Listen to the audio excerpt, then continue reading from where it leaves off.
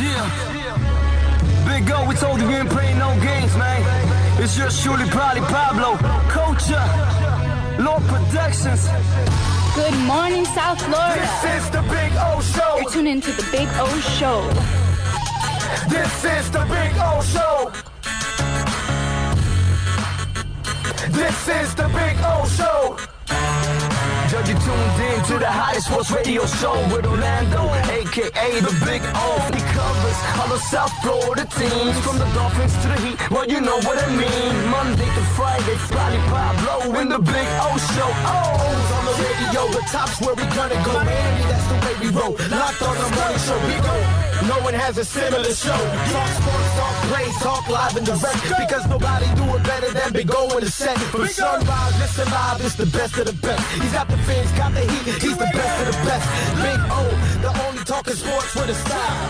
Break it a morning, it's Big O and thank you for tuning in, keeping you glued in. Stay tuned because right here's where the rumors in. Same place because right here some of them begin. Simply call and just state your opinion. Real talk, sports talks, the Big O Show.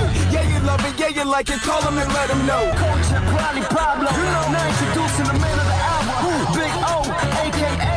Orlando Gary. Yeah.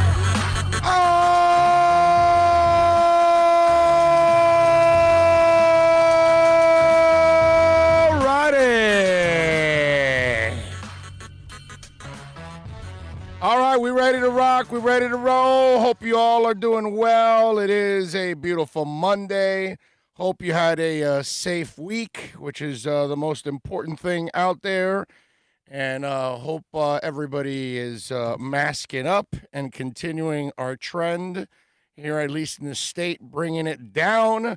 Although country-wise, well, that's a whole different ballgame. It's still not there. We're headed in the right direction, but, you know, we got to make sure we stay diligent on this whole thing. But the beauty is today we got lots and lots and lots and lots and lots and lots of sports to talk about, which I love. You know, it's a good thing that we get to talk plenty of sports. Not a good evening last night, obviously, because I was at the Inter game, and that was depressing. Unfortunately, not a good effort, and they ended up losing 1-0 against Nashville. That kind of hurt that one happened, but overall, a good weekend, an interesting weekend. Dolphins continue their preparations for the regular season. All kinds of moves that we're going to talk about. Flo addressed the media today. We'll play that press conference for you, give you our insight on what we hear he's saying, because sometimes he's saying something and, you know, maybe he's telling you something in the process, but not really saying it directly. Well, you know, we'll kind of break it down for you and try to give you the insight on anything that went on in that press conference.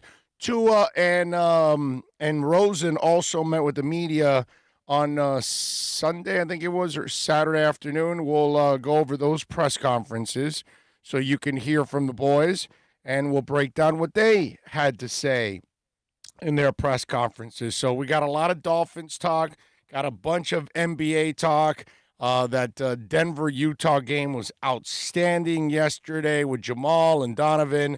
They were red hot. John Thompson passes away. Our thoughts and prayers to a guy that, you know, listen, for me at least, as I'm no longer a college basketball fan. I'd be lying to you. I mean, like, enormously lying to you if I told you I was a college basketball fan. I'm a watcher a little bit. Somewhat. I'm a fan of UM basketball. But the sport itself is garbage. It's straight hot garbage already at this point. You know what I mean? But in the days of John Thompson, my man, that was the shit. All right? Let me just say it. That was the shit. All right? Whether it was Boeheim, whether it was Thompson, whether it was, Denny Crum, you name it, dude. Louis Carnesecca. It doesn't matter. You know, Valvano to whatever, to Dean Smith. It was an era back in those days, and that's what John Thompson reminds me of. Not only was he great, not only did he run a hell of a program, not only did he reach people like many coaches could not, like Allen Iverson, who was basically given up on because of all the off-the-court issues, and he reached out to him and brought him in. And maybe, Iverson credits him to saving his life. You know what I mean? And so John Thompson, to me, it's not that I'm a Georgetown fan or anything like that. He is, actually. But back in the day, before the Canes got reinstated and got the basketball program remember, going. he's got 8 teams. Okay? Oh, stop. You know what? Lou Olson, let's mention Coach Olson because he had recently. Lou Olson, yes. Man, another legend. Yep. 178 the 185, I believe Lou Olson lived up to. I'll take either one. 78, 85, I'm good checking out at that time. I think that's a good life that you've lived. But John Thompson means a lot to me because it's when college basketball mattered. And it was the last time when I actually cared about college basketball, pretty much into, I guess, the 90s or early 2000s, and that's about it. And it's been straight garbage since. It's slightly higher than high school basketball now. There are no stars anymore because back then we had stars. Under John Thompson, there was Patrick Ewing there and Alonzo Mourning and Dikembe Mutombo, and they were there for 3 to 4 years. You know what I mean? And you knew you were getting your star for 3 to 4 years, not his worst year, which is his first year, which is crazy, right? A one and done. All right, give me the 1 year that he's the most useless, and that's the year we're going to keep him. You're not just like ridiculous. But when I think of John Thompson, I think of a great man. I think of somebody that understood not just the game, but human beings too at the same time. And I almost feel like he was one of those guys that kind of gave us another layer of the game, the humanity side. Because with John, you ended up finding out a little bit more about the characters that were playing in college basketball because we're not perfect, right? We're all imperfect. We all have things that, get us off track. And he was one of those guys that was able to reach certain individuals and help them better their lives. And that's what teaching is all about. That's what leadership is all about. You know what I mean? And John Thompson is the epitome of, a man that was a leader and actually gave a crap about human beings. And that's what he proved on a consistent basis. And that's from just some schmuck sitting in South Florida, doesn't know John Thompson, but from afar, that's what I noticed, and that's what I appreciated. The fight against Prop 48, straight up, and walking off the court, that is all time. Yeah, John Thompson, man. They don't make them like that. I can say a lot of times they don't make music like they used to. They don't make the John Thompsons anymore. Those kind of cats are a special breed. So to the Thompson family, to the Georgetown family, our thoughts and prayers are with you. We lost a great one there in John Thompson. So we got a lot of things to talk about today on the program. The good news on the Dolphins side is that Fitz is back at practice today. And that's good. And it's one of those where you can't measure how anybody handles this kind of stuff. And obviously he was already dealing with his mom's deterioration for a while now. And this was you kind of see it. I know about this kind of stuff because I experienced it with my dad. Like I knew my dad was dying a couple of years before he died. You know what I mean? It was just one of those things like, you're walking around and hanging around with a person that you love and they're a time bomb. You know what I mean? It's terrible. Okay? I don't know how long he had to deal with it. I know I had to deal with it for a couple of years. And so it's not something that's easy because it F's with your mind on a consistent basis. What I always hate is when people judge others on how they deal with their grief, because none of us are the same. Some people want to turn off the lights, ball out in a corner, and leave me alone. Other people may want to be with other people, hanging out and socializing a little bit to kind of get their minds off of it. Somebody may want to have a stiff drink. Somebody may want to roll a fat one. Somebody may want to go for a long walk. Somebody may want to go on a vacation. I don't know, man. Some people may want to just go back to work because it kind of gets you off. It doesn't mean you don't care. It's just a way of getting your mind off of it because it eats at you. When you love somebody that you lose, it hurts. And so I hope none of that happens because he recently lost her last week and then he's back at practice.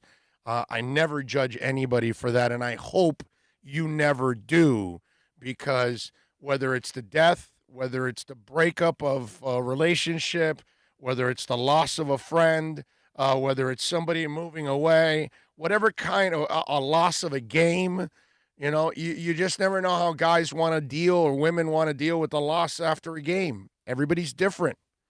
One guy wants to go to the club and the next guy, it might not be right. And you shouldn't be busted in public after that, but that's the way he wants to deal with it or she wants to deal with it. Or somebody wants to go home and go to their bar and have 2 or 3 stiff drinks and go to sleep. Or somebody wants to go to their basement and hit their punching bag for half an hour to let go of all the rage from losing. Whatever, man. I don't know. We're all different, you know what I mean? And our thoughts and prayers, obviously, with Ryan Fitzpatrick, because whatever he's doing, you should all know that it's in his mind right now, at practice, in the training room, in the meeting rooms, in the car, to and from work. He's probably thinking about his mother on a consistent basis, and he's trying to do some things to get that person, not off their mind, but to kind of, get back on track a little bit and kind of deal with it. You know what I mean? And it's not an easy thing. So it's nice to see that Fitz is back, and I hope he's all right because I know I lost my dad almost 28 years ago now, about 27 and a half actually, and you never recover from that. I always tell people that because I never knew until it happened to me, and I always tell people, hey, look, when you lose somebody you love, you got to remember the good times. And you got to understand you're never going to recover. You never recover from your mom and dad, from any of their deaths. If you're close enough to them, you're not going to recover from that. It's something that you'll think about on a consistent basis. It's not an easy thing to deal with that. You know what I mean? For any of us, but it's always going through your mind. There isn't a day I don't think about my dad, and it's 27 years later that I haven't been with him. You know what I mean? So it's just tonight watching the Heat and the Bucks. I'm gonna say I know my dad would have been next to me, not necessarily tuned in as because he was more of a football guy, not a basketball guy, but because it would have been the hometown team. I know he would have been watching. You know what I mean? He'd probably have something on the game, I'm pretty sure. Yeah, exactly. And if the Marlins were playing, he would be watching it. Probably still, rooting for his Yankees. You know what I mean? But I'm sure he would be a Marlins fan, too, in the process. So whenever anything like that happens, I think about him all the time. You know what I mean? So I know Fitz is going to be thinking about her all the time. You know what I mean? And so it's not, and any of you out there that have lost a parent, you know exactly what I'm talking about. You never, ever recover. You have to learn to live with it is what it is. You know what I mean? So that's kind of the challenge. So good to have Fitz back. It gave the youngins some time to throw the ball in the scrimmage over the weekend. So that was good for them. The Dolphins, they ended up trading Raekwon McMillan. So, and the whole thing was they traded him with a 5th rounder to the Raiders to get a 4th rounder to move up in the draft, basically, is what they did. And look, you have to understand, this isn't a failed pick because when you drafted him, you had a different defensive coordinator and offensive coordinator, different philosophies. And Raekwon McMillan can be a good player for a certain defense. You're going to have to get him off the field on 3rd down. To Miami's credit, they figured out a way to help him out and make him a little bit more of a pass rusher. So that way he's not necessarily covering. But remember, we had this conversation a couple of weeks ago, maybe 10 days ago. I don't know what it was. I'm sure Bill will tell me what day and what segment it was soon. But we told you about where Raekwon McMillan was at, that he wasn't a multi-dimensional player. And in order to play on this football team, offensively or defensively, when they scout you, they're going to find out first and foremost, do you have any limitations? And if you do, oh, that's it. We're off. We're out of here. We're done.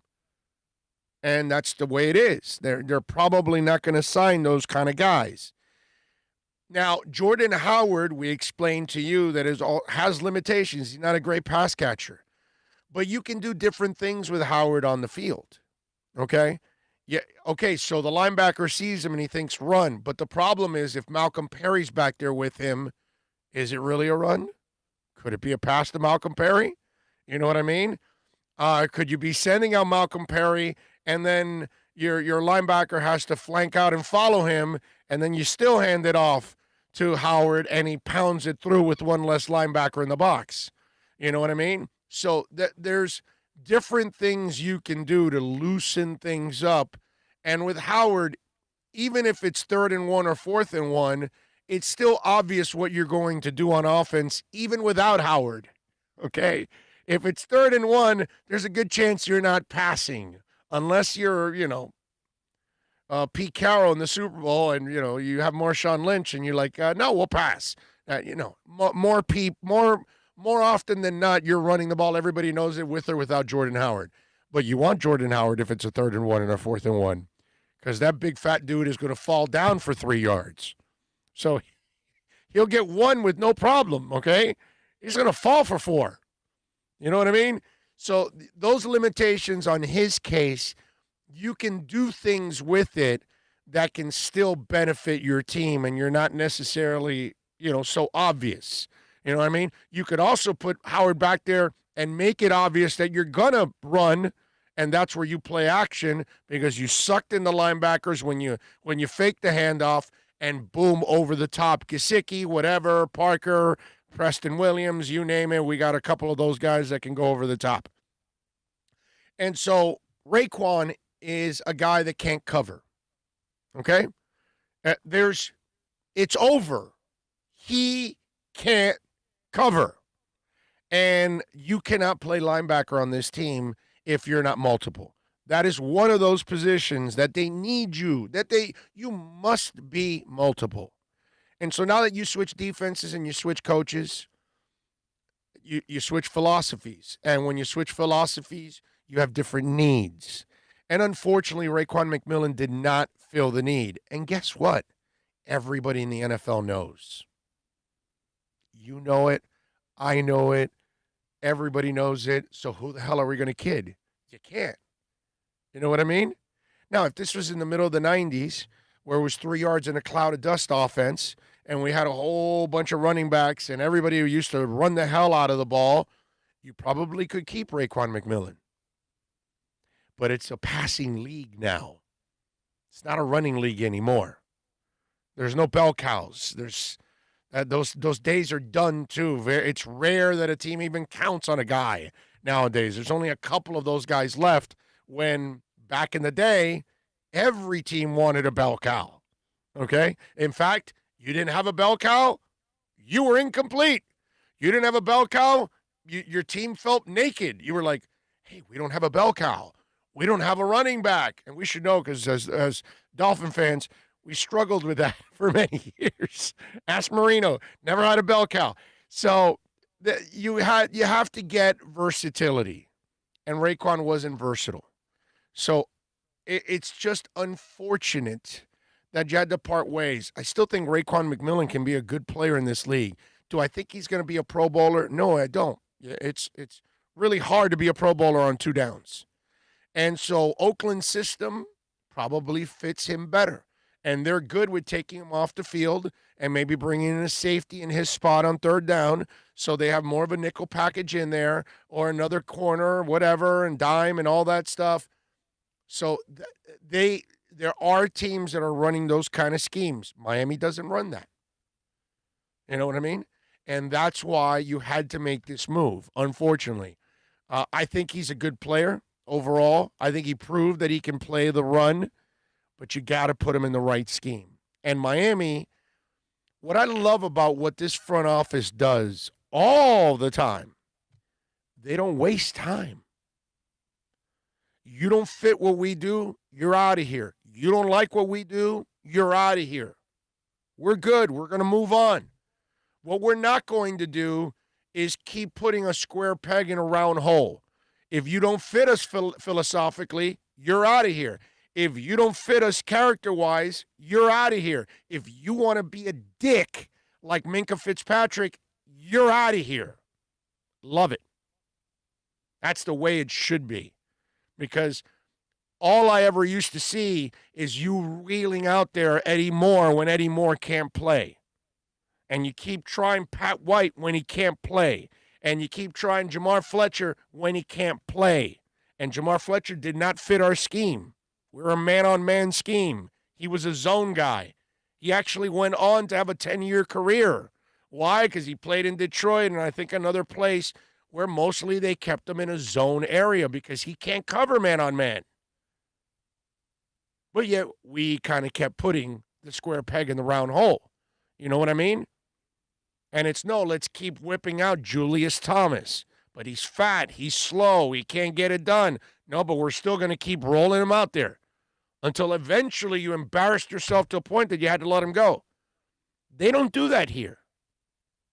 You don't play, you're on the bench. Next step, you're traded, cut, or whatever.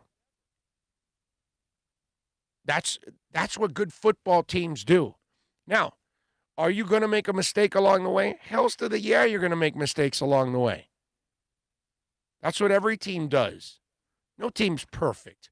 Hey, the team that's won 6 Super Bowls, go check out their drafts. They're really bad, and then they got to go make it up in street free agency and things like that. And they do it.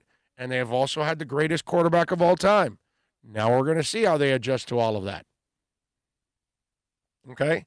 So if you look at the way the Dolphins handle their business, they do an exceptional job of identifying who fits, who doesn't, philosophically, mentally, physically, you name it. And then they make that change, and they don't waste any time. And to me, that makes a lot of sense. What doesn't make sense is why they've been losers for 20 years. Because they never figured things out. Okay? That guy can't play. He's not getting you. We're the only team that's had the same quarterback for 7 years, and the guy can't win a playoff game, can't do anything right. In the end, when the money is on the line, the kid is Foldo. And yet they kept rolling him out there, no competition. I mean, I could just go on and on and on and talk about different players at different positions that could not get it done. They drafted Kalen Ballage, right? He had a terrific rookie year that he showed you something. Screwed up the second year. They didn't waste time, and they let him go in third year. That's it. All right. Hey, man, we had to sign guys in free agency because we can't count on that guy. They're not going to keep rolling him out there. You know what I mean? And that to me makes a lot of sense. Okay? Make up your mind, move on, and get better because of it. You're worse. You keep taking steps back if you keep the same person there and they can't get the job done. That's the definition of insanity. Is you keep doing the same thing over and over again. And it doesn't work. And yet, what the hell? Are you expecting the next go-around for it to work? No, it's not. If it didn't work the first time, change it up. And so Raekwon McMillan is a trade that had to be made because in the end, it did not make this team better. Now you've got to go find a linebacker that is versatile, that is multiple, and maybe they have it on the roster, or maybe it'll take another year to find that guy. But for now, they will filter guys in and out that are versatile, and they'll find out if their versatility is good enough at this level. That's the key. Question for you, to put a bow on it and send it on its way, because obviously, like the Minkah thing keeps coming up. Regarding Raekwon, his coverage skill is not as bad as like Kiko Alonso, let's say. Oh, no, it's bad. It's bad. Okay. No, it's so bad. it's on that level. That's the way you're looking at it. It's so bad. Well, you got to go in today's – if you can't cover, man. You know what it is, Bill? Ah. It's two different types of mistakes between both or weaknesses. Let me put it that way. Kiko's weakness is not his athleticism and that he can't keep up with somebody. Kiko's weakness is that he would run himself into freaking, what are you doing over there, bro? He gets fooled all the time, and he yes. makes stupid decisions out there, and he ad-libs, and he pays the price for it. And so he's undisciplined as a linebacker out there. And I know that, a couple of times he made some plays. And caught the some Charger interception that fell in his lap, right? And it's like people wanted to, like my boy Channing Crowder was one of them that, hook, line, and sinker, and he played the position. You know what I mean? And he got suckered into it, too. It happens. It happens even with former players. I see it. Okay? And he's just a guy that was undisciplined. And it was and Raekwon's, it's not that he's undisciplined. He's just not athletic enough. Right. He can't stay with people in the open field. That's his problem. He can read and react. He probably met his threshold. And he is what he is. He's a run guy. This is what he is. Yeah. There's nothing wrong with that. No. There's nothing wrong with that. There's the Patriots had a Florida linebacker, Brandon Spikes. I don't know if you guys remember him from Florida. Oh, yeah. 2-down linebacker. And he didn't have a longer career because he can't cover. And the reason they kept him around, the Patriots kept him around, is because they needed him in the run situations. And they weren't deep enough, and they didn't have a multiple guy, so they kept him around a little bit until they had to replace him, and they would find a multiple player. But Brandon Spike's career lasted only because he could play the run, but he could not play the pass. And so it's in today's football, man. If you can't cover, it's a passing as league. often as a pass, man. Yeah, you're passing league. You're a liability. What was that on stat? Every play? What was that stat I gave? I gave Andy over on Friday, 25 wide receivers topped 1,000 yards last year. Only 15 running backs topped 1,000 yards last year. So it shows you where we're at. Man. It's a passing league more than a running league, and we have less bell cows. And so that's why. Back in the day, that was one of the formulas for going to a Super Bowl. You had to have an adequate quarterback, a defense, and a running game. Yeah, dominant running game. Dominant running game. Not just a running game, a dominant running game. So the Raekwon McMillan trade had to be made. It was the move that you needed to make. You moved up in the draft. You got rid of a salary. You got rid of a player. Unfortunately, it's a draft pick. I get it.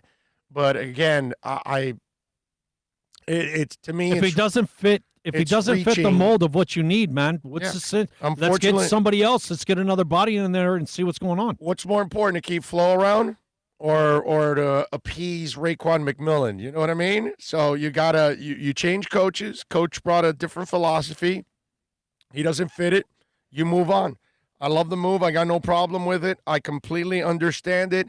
At least you made something out of nothing, is what you needed to do, and that's exactly what they ended up doing. Just a touch before you go back to what you were saying about, the college basketball.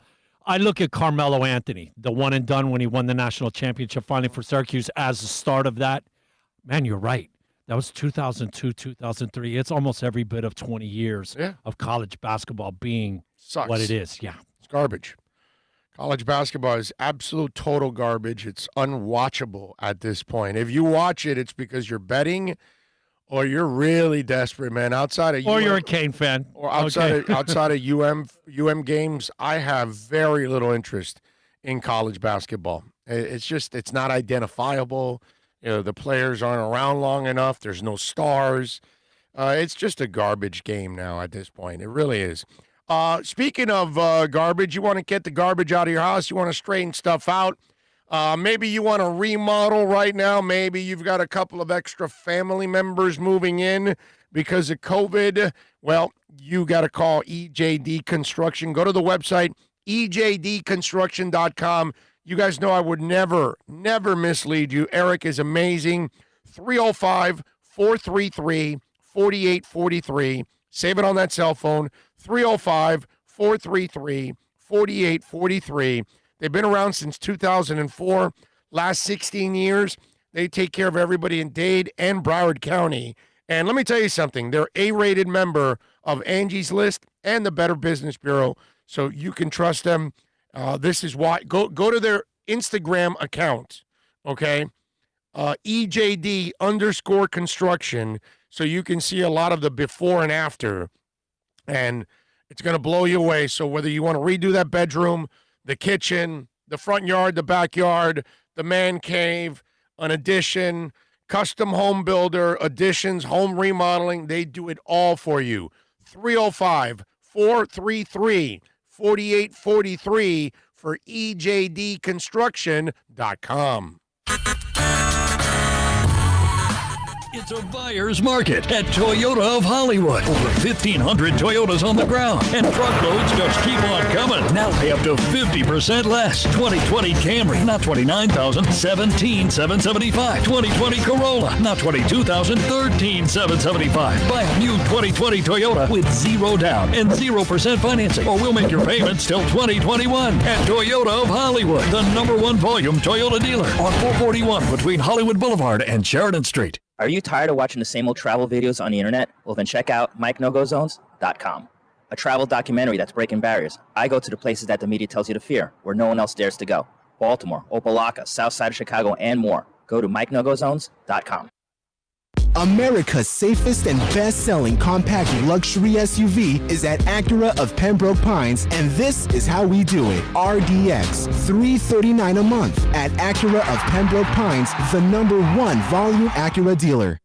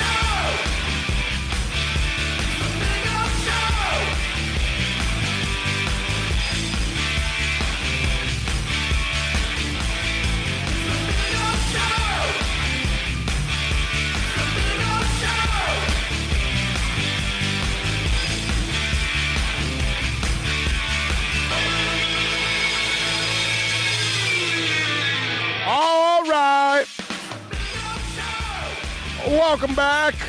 We do a little roll call. Roll call. We got a bunch of people on.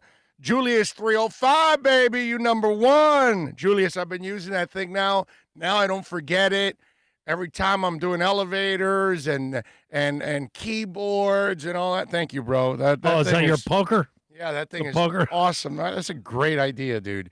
Anyway, so thank you, man. I appreciate you. Omar Lopez is in the house. Let's kick some Bucks ass tonight. We got to talk about that. Ian from Brooklyn is in. Matthew Walker, John Santos, Guillermo, Adam K. Love that hat. Thank you.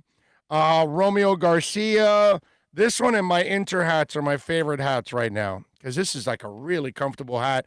Did a nice job with the lettering actually because this is like not made by Greta because I found it on Amazon because Greta has one hat and it's kind of lame. I love Greta, but it's kind of lame.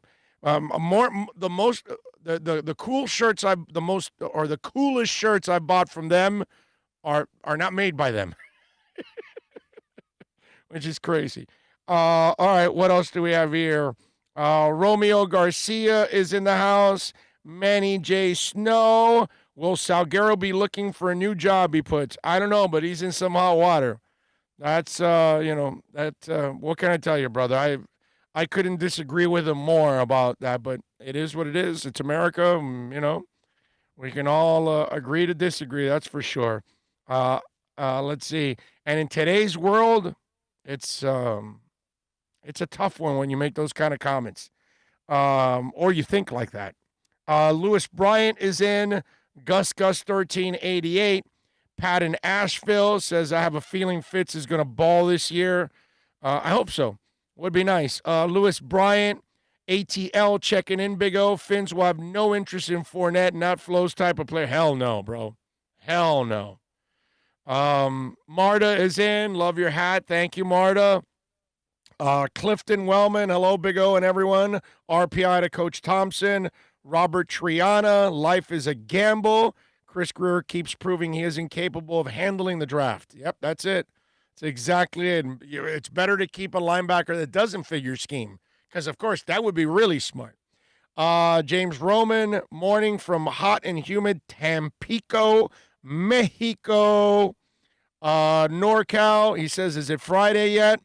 Couple more tokes and you'll be there. I'm telling you, NorCal. And we're double dipping on Friday. We're back to double dipping. Hialeah Park is open.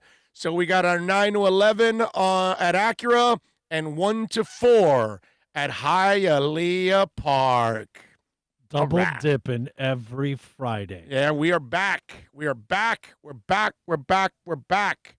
So for those of you out there that want to catch us out there now, we've got 4 appearances on the week, 1 on Wednesday, 2 on Thursday, and 2 more on Friday. Makes it 4. So you'll be loving you some field trips, huh? Yes, plenty of field trips. Yes, you're right about that. And Wednesday, Wednesday we got a game too. So all kinds of good stuff going on. Plenty of stuff going on.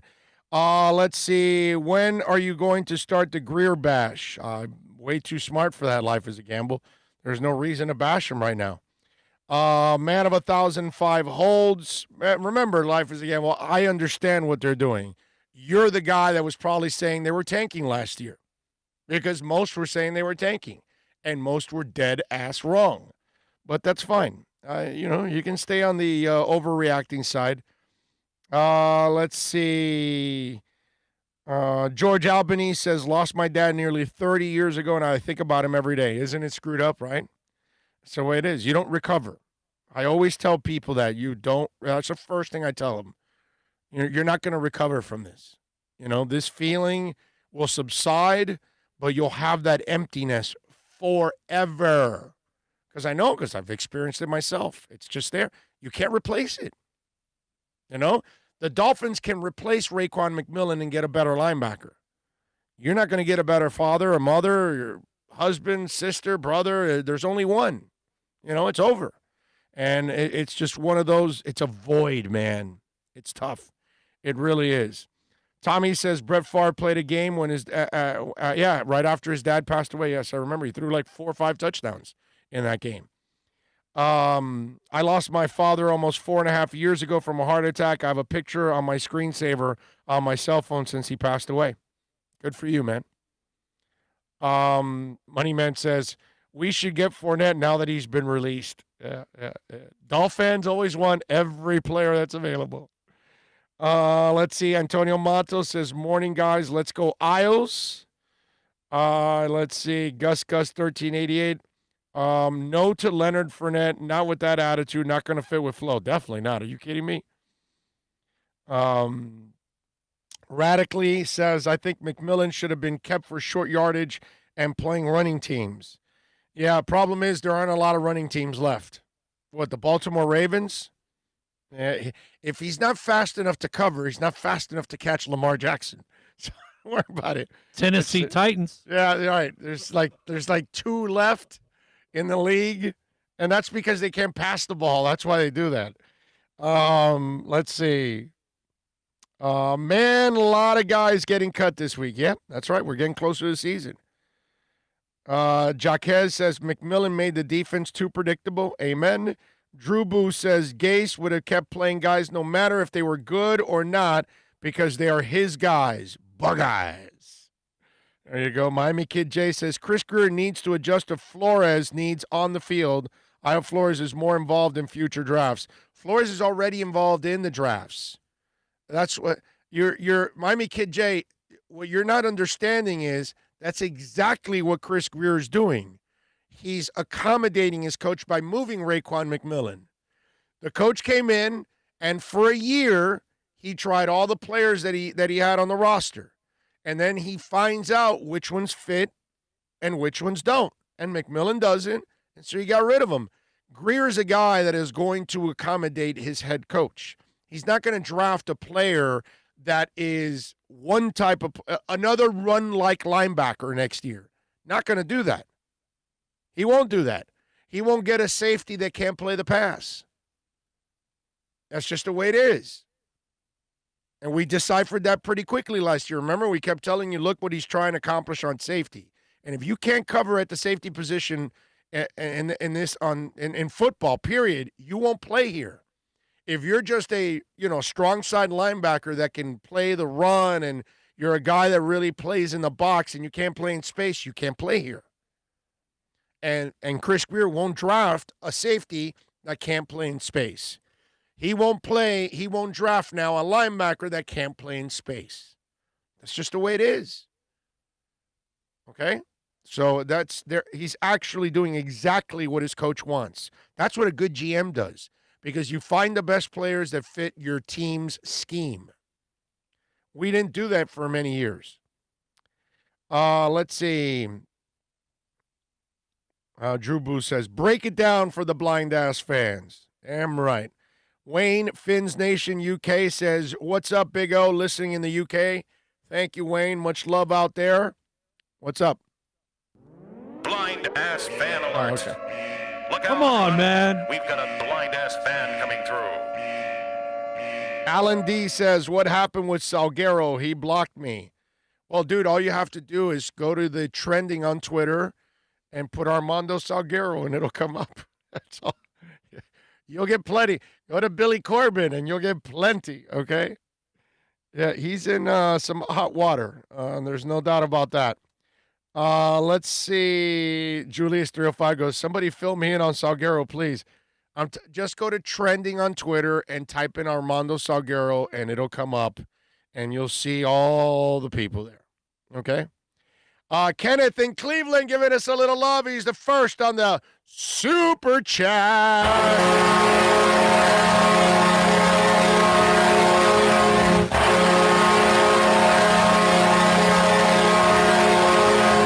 Love it. Thank you, Kenneth. He says, good morning, Big O. Kenneth, Cleveland is live from the remodeled penthouse. Boom, boom. Big O, we have to get together to go over the new guest list. Yes. The good thing about, we're going to see Kenneth this year. And where would that be, sir? Kenneth, Cleveland. Where's the draft? Cleveland. There we go. So Kenneth, dude, if we're there for like 5-6 days, which we're going to be there for at least 5-6 days, your ass better come over to us over there and join us, okay? All right? Because you're like, part of the family. You're sending in super chats every freaking day, sometimes multiple times a day. I'm going to feel pretty bad if I go to Cleveland and I don't see you, all right? So you better show up, dude, wherever we're at, all right? Or I'll hire somebody to track your ass down. We're going to be there longer than 4 or 5 days. Probably. I don't know, maybe a week. I'm thinking we definitely got to do the 2 roller coaster parks.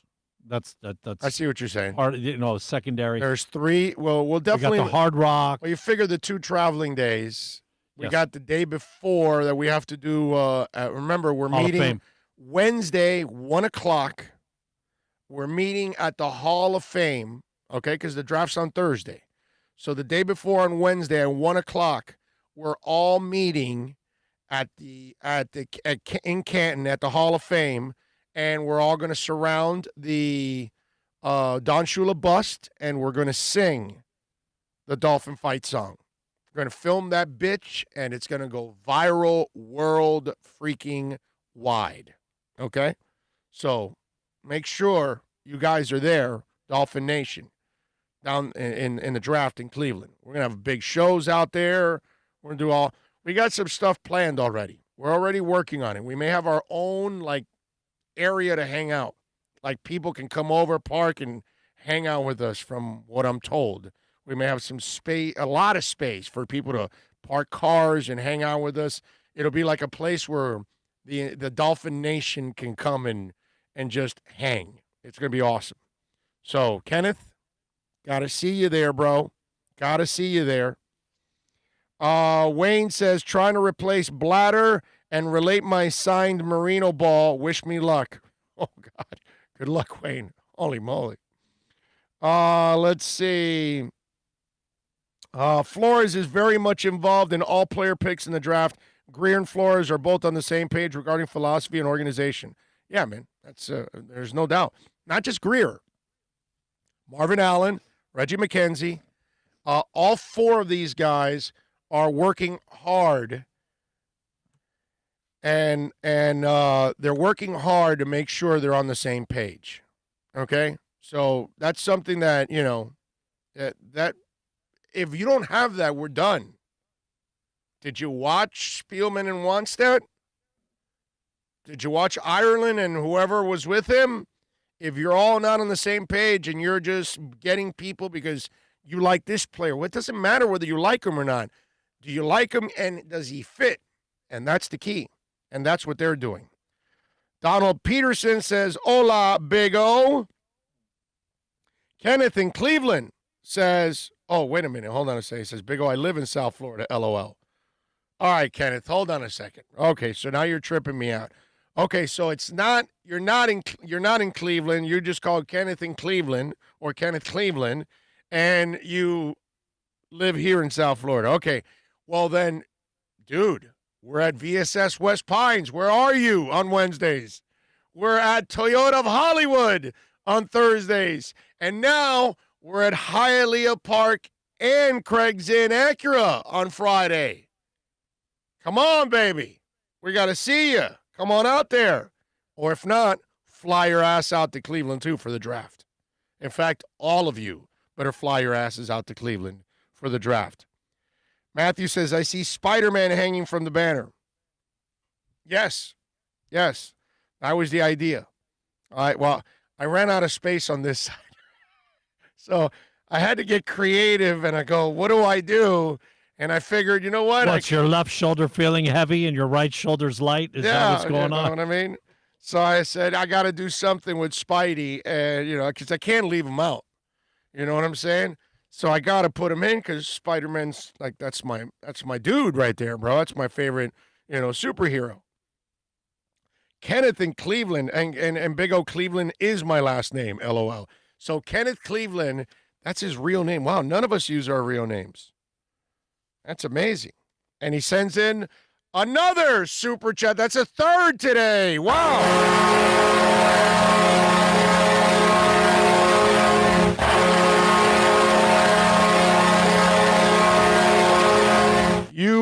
a beast, sir. Thank you. Holy moly. Thank you, Kenneth. All right, so Kenneth Cleveland, since that's your real name, you got to visit us, bro. We got to visit the people that we got to visit with the people that, love us so much and take care of us. Pat in Nashville says, I have a wicked falsetto singing voice. Is that appropriate for the fight song? Hell yeah. We need a tenor. We need a falsetto. We need all kinds of people involved in the fight song. Hells to the yeah. Will you be playing the part of Bugs Bunny as the conductor, as the whole thing falls apart? Yeah, I will, but in the middle of the crowd, yeah. So you're going to play the part of Leopold. Leopold. Are you going to film this, or are you going to be in the crowd too? So we got to get somebody to film this. We got to get somebody that works there. Yeah. You know what I mean? We should be able to coordinate this prior and have this, Somebody. It's all about the football. Josh says, thing. "Oh, I need that itinerary for Cleveland. I'm so down." Well, I mean, we haven't developed the rest of the itinerary, but I will tell you this: Wednesday, the day before the draft starts, we are meeting in Canton at the Hall of Fame. Okay, that's money in the bank. You have to spread the word. Tell every Doll fan. We have to do this, okay? That we have to do. One, the Hall of Fame is going to love us because obviously we're going to give them a lot of business that day since we're all buying freaking tickets to get in. But I think it'll be one of the greatest videos of all time if we're around the greatest and we sing the fight song. And, we just and that's obviously going into next season will be exciting because that'll be to his year that he's starting the whole year. And, he'll get all the kinks out and get ready to take us to the Super Bowl the following year. So, that's it. Think about it. This year, next year, what I'm saying is, we'll all get together at the Hall of Fame. Then the following year, we'll all get together at the Super Bowl and win the Super Bowl. It's a beautiful thing. You can't beat that. That's right. That's what I'm talking about right there. That is going to be a lot of fun. So, Josh, don't worry about it. We will post everything, the entire itinerary, where we're going to be, and all of that stuff. We're hoping to do what we always do, Combine, Senior Bowl, all that stuff that I've always done. We will continue to do. But this year, we're going to all of them this year. This year, we're not going to – this year, we have, real support. So, we're good. We got our podcast. I got something else brewing, too, that's going to be awesome. So it's gonna be fun. It's gonna be fun. Santos says, "Hey, what did Salguero say, dude? You got to look it up. It's long. He was just bashing, because Tenio and company came out with a great message, and he was like, I'm so sick of people bashing this country, and it wasn't founded on slavery ideals or racist ideas." And which is not true because you can't say all men are created equal and then we've got slaves. You can't say all men are created equal and women you can't vote. You know what I mean? It just whatever. It was a short-sighted comment on his part. It was insensitive. It's one that he's in serious hot water and he deserves to be in hot water for it. Because it was just something that it's not the right thing to say, man. Nowadays, think before you speak or tweet or text, whatever. Well, like I've said before, and I'll say it again, and I got nothing against Armando. I've known him for 20-plus years. It all depends on what's in your heart, my brother. If it's in your heart, you're going to say what you're going to say because that's what you really feel. It's I don't know if you saw that sheriff that just got booted, and that's because he went on this tirade, and he was at home, but it was being recorded, and he didn't know. And so people heard it, and he dropped all kinds of N-bombs, this and that, and then he apologizes and says, well, I'm a Christian man, and that's nowhere, that's not who I am. And, well, dude, you're on a 2-minute tirade dropping N-bombs left and right. I think we know what you are. Don't tell me that this is not This is not you. We heard you, you know? So, Josh sending in that super chat.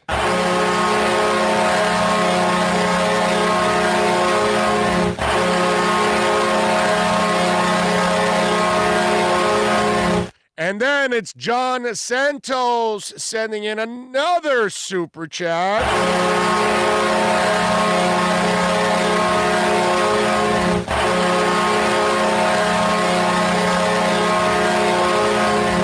Thank you, Josh. Thank you, John. You guys are awesome as always, supporting us. NorCal says, you better start saving your super chats to pay for a Super Bowl ticket. I'll be watching on TV with a super big bowl. Oh, no, I'm going, NorCal. Yeah, no, I you're right. I'm going to have to spend a lot of money. But now, remember, I could easily order credentials for me and Bill and just go with credentials. You know what I'm saying? And I don't have to pay anything, but I'm not doing that. I'm not doing We that. want to sport the jerseys. Yeah, bro. Maybe Yeah. even bust out the old white hankies for back in the day. There's no effing way when the Dolphins go to the Super Bowl and win it in 2023 that I'm going to be there as a tight-ass media member that can't clap, can't sing, can't have fun. Hell no, dude. No. No. Now, I might whip out my credential and go inside the locker room after. But outside of that, no, I'm not hanging out in the press box. I'll get my credential. I'll stash my credential. I'm going to enjoy my seats. I'm going to enjoy it with the fans, win the Super Bowl, and then go in the locker room and cover the team. That's it. And then go out of the locker room with all the sound and all that good stuff and go party with all of you out there right after. That's what we're going to do. Got to do it that way, right? I mean, that's the way it works. You know? So what are you going to do? Anyway, so it's interesting. Radically says, most of the men couldn't vote either until the late 1900s. People are projecting 2020 values onto people that lived in the past. Slavery was a fact of life all over the world before 1900. Exactly. So we can't say that all men weren't they're not created equal in their eyes. You know what I mean? We've had to evolve from all the racist point of views and biased point of views that we have had over the years and still have to this day. So, yeah, that's why you can't say that, you know what I mean? What Salguero said was wrong. It was unequivocally wrong. It wasn't even close to being right, okay? And it's insulting to people that have been abused all throughout. So, yeah. Anyway, let me get back to sports. I don't want to get into that. I'm not bogging this thing down. I am rolling with sports. There's plenty of things to talk about. Let's do this. Top of the hour here. Let's take a quick break. When we come back, we're going to hear from Brian Flores. We're going to hear from Tua. We're going to hear from Josh Rosen. We're going to break it down like nobody can. Plenty of Dolphin talk. Then we're going to get into some Heat talk as we got the Heat and the Bucks right around the corner. Tonight, 6:30. We got that game going on. I got to give you my picks also in the NBA slate. Let's take a break. We'll come back with more right here on the Big O Show.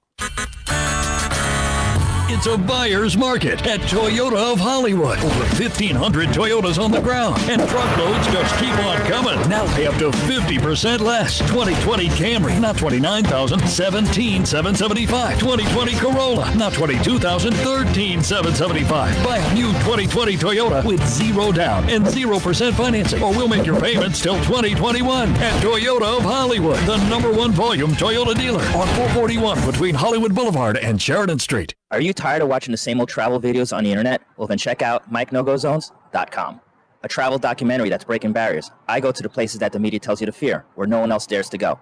Baltimore, Opelika, South Side of Chicago, and more. Go to MikeNoGoZones.com.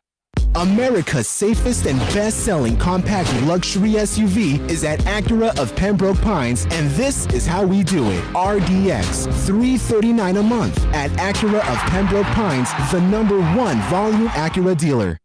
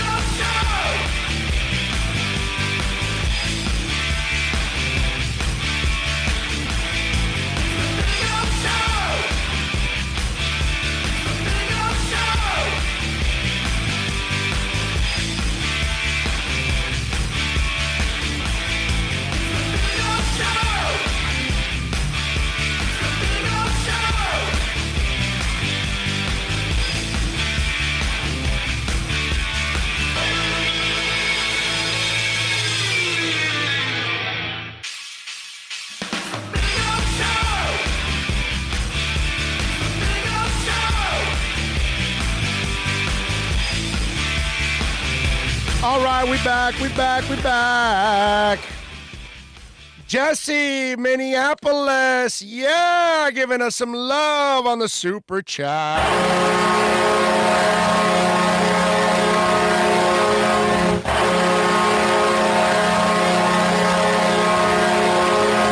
Is there a super chat party going on every day, Jesse? Every time we turn on the mic, it's a super chat party, and we thank all of you out there for chiming in on the super chat. You guys are amazing, man. Thank you so much. Really, it means a lot. It means the world, actually, to all of us. They're acting like you've got a meeting. Well, oh yeah, it is a meeting. It's a meeting. It's a meeting, you know. Our meeting. Yeah, McIntyre says, good day. I remember Bill Belichick is still standing, fellas. Just a reminder. And he's going down. The clown is going down. Okay? We are breaking that dude down. It is time for the Dolphins to rise. That's what's going to happen here, baby. Dolphins about to take over this division. Dominate. All right, so let's get into a little Dolphin talk here on the program. We tend to talk a little Dolphins on this show. Once in a while, we talk football. Once in a while, you know. Sometimes. It's one of those habits we have. All right, let's start off with the head coach. Before we do this, I got to be honest. Saturday night, I think it was, cruising around, couldn't find anything. I ended up watching North Dakota high school football. Oh, God. For about a quarter. Yeah. And obviously Austin Peay. And I did watch about an hour combined, an hour and a half. I got to be honest with you. To just be watching football, it was like, yeah, I know. I feel like I'm watching. A lot of people. Josh, actually, who's watching, Josh sent me a DM. He goes, hey, I'm watching football. It's on. I think he mentioned the Austin Peay game. And I said, I'm jamming on YouTube. Look, I felt like I miss football, but I don't miss that. I felt like I was watching the 4th preseason game, but I couldn't look away. It was football, bro. Yeah, I can't.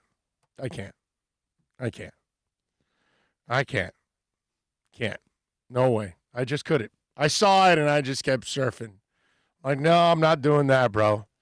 I'm not doing that. I go to YouTube and watch all kinds of stuff. And I did, actually. I watched all kinds of music over the week, and it was phenomenal. Loved it. Where do you want to start? All right, let's start off with the news of the day. Let's go with Flo.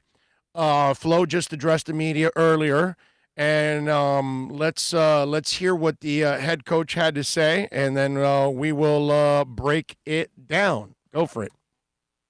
Flo, good morning. I was wondering if you had any update for us on Ryan Fitzpatrick, how he's doing, and if there's any idea of a time frame for his return. So Fitz was back in the building this morning. And we're expecting that practice today. Steve Wine. Morning, Brian. Kind of breaking up a little bit. You had a new role and a lot of new relationships last year. How would you say your relationship with your players evolves in year 2? Well, I think it's like any relationship you have, friendships, relationships, over time, relationships evolve. I think, the players who were here a year ago, they're more comfortable with me. I'm more comfortable with them. And with the new players that are here, you just, you put the time in to get to know them, get to know them on the field, off the field, what some of their quirks are, and try to build that trust, build that camaraderie. So it's been obviously, with a year later, some of those relationships are stronger than they were a year ago, which I think that's the way it should be. I'm sure it is. I think that's the way it is in most relationships. Joe Shad. Good morning, Flo. I wanted to ask you for a couple of injury updates, please. How is Devontae Parker's status? And then separately, what does the team need to see from Xavier Howard for him to be able to participate at the start of the season? We'll start with Xavier. So obviously X coming off of the knee, just coming off of PUP, COVID, conditioning, and then just, those fundamentals, those techniques, the footwork, the hand placement that everyone takes for granted that people just think just happen.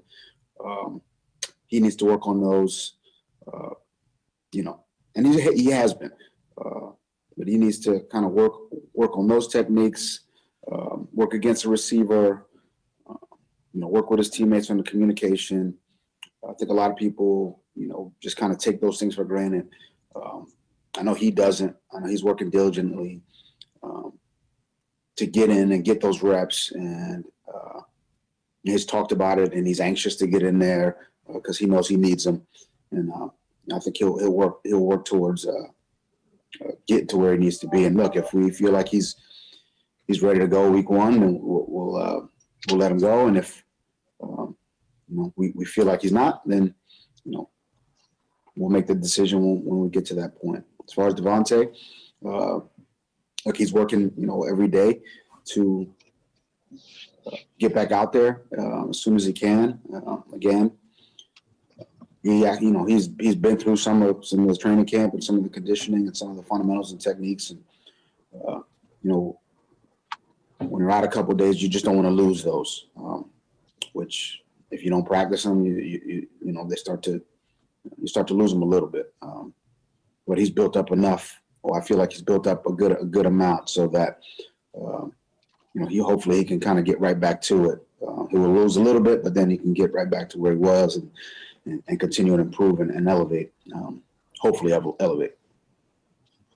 There you go. And, first of all, I'm not worried about the Devontae Parker one. He'll be back and fine. The one I was going to tell you about was X. And I thought people were making too much a big deal about it because the guy's coming back from a knee injury. So he's got a rehab. I told you guys this. There is no reason to hurry this thing up. He's proven already. He had an interception in practice over the weekend. It's X. The guy can play. I'm not worried about that. Now, conditioning, that's what he's got to get down. And then the next stage, if you want to be concerned, if you want to worry, if you want to then, start reacting, not overreacting, if he gets injured again, then that's going to be a real problem. Okay? Because then all of a sudden it becomes almost impossible to get value, the real value that he deserves in return for him if you try to trade him next offseason. So that's the next one that we got to worry. He's already had, he's had already several scopes already. We all know that. And the poor guy just got COVID now. And you don't wish that on anybody. But he's recovered. He's fine now. That's why I told you there's no reason to overreact right now. If Miami was a team that was headed to the Super Bowl and you were an X away, a healthy X away from becoming that Super Bowl team, then we could start to be concerned like, okay, well, wait a minute, he's had several injuries and this and that. Let's see if we can get through this season without any injuries and certainly without any off-the-field issues. And then I think it really opens up the options for Miami next offseason or in the draft, those kind of things. But the overreacting about X being out, that's why I kept telling you, there's no reason to overreact. The guy will get back, and when he gets back, just get him in football shape and get him out there on the field because we all know what he can do. The guy can ball, man. He's a stud. So let's hope he can stay healthy from here on out. All right, Bill, go ahead. Adam Beasley. I wanted to ask you what you saw when you took a look at the film from Saturday. What was good? What was bad? I was starting to pick in the kicking game, so I thought our specialists, played well. I think Hawk had a couple really good punts. Jason kicked the ball well. We got some good snaps out of Blake. just from, the phases. I thought we were, working our techniques and fundamentals and communication, on punt return, kickoff return. So again, still a lot of work to do there, but I thought it was, a step in the right direction. And it's always good to, get onto the stadium field and, work through those phases. Offensively, from an O-line standpoint, I thought, we made a few moves there. We played Robert Hunt with some different guys. We played Solomon with some different guys. So, it was good to get, Hunt up there with some of those more veteran players. So that was good. I thought he played well. Again, I thought all, the line as a whole played well, both units that were out there. But, we can always get better communication, a little bit better fundamentals technique. I thought, the quarterbacks played well. I thought they made some good decisions. I thought they made some not so good decisions. And then defensively, I'm not going to go through the whole thing, but let me just quickly. Defensively, again, just communication, couple instances where we, had the wrong amount of people on the field. So, again, we got to get that cleaned up. But I thought they, played hard. I thought the conditioning was, okay, still need some improvement, but we just, we've still got a long way to go. Again, today's not in front of me, but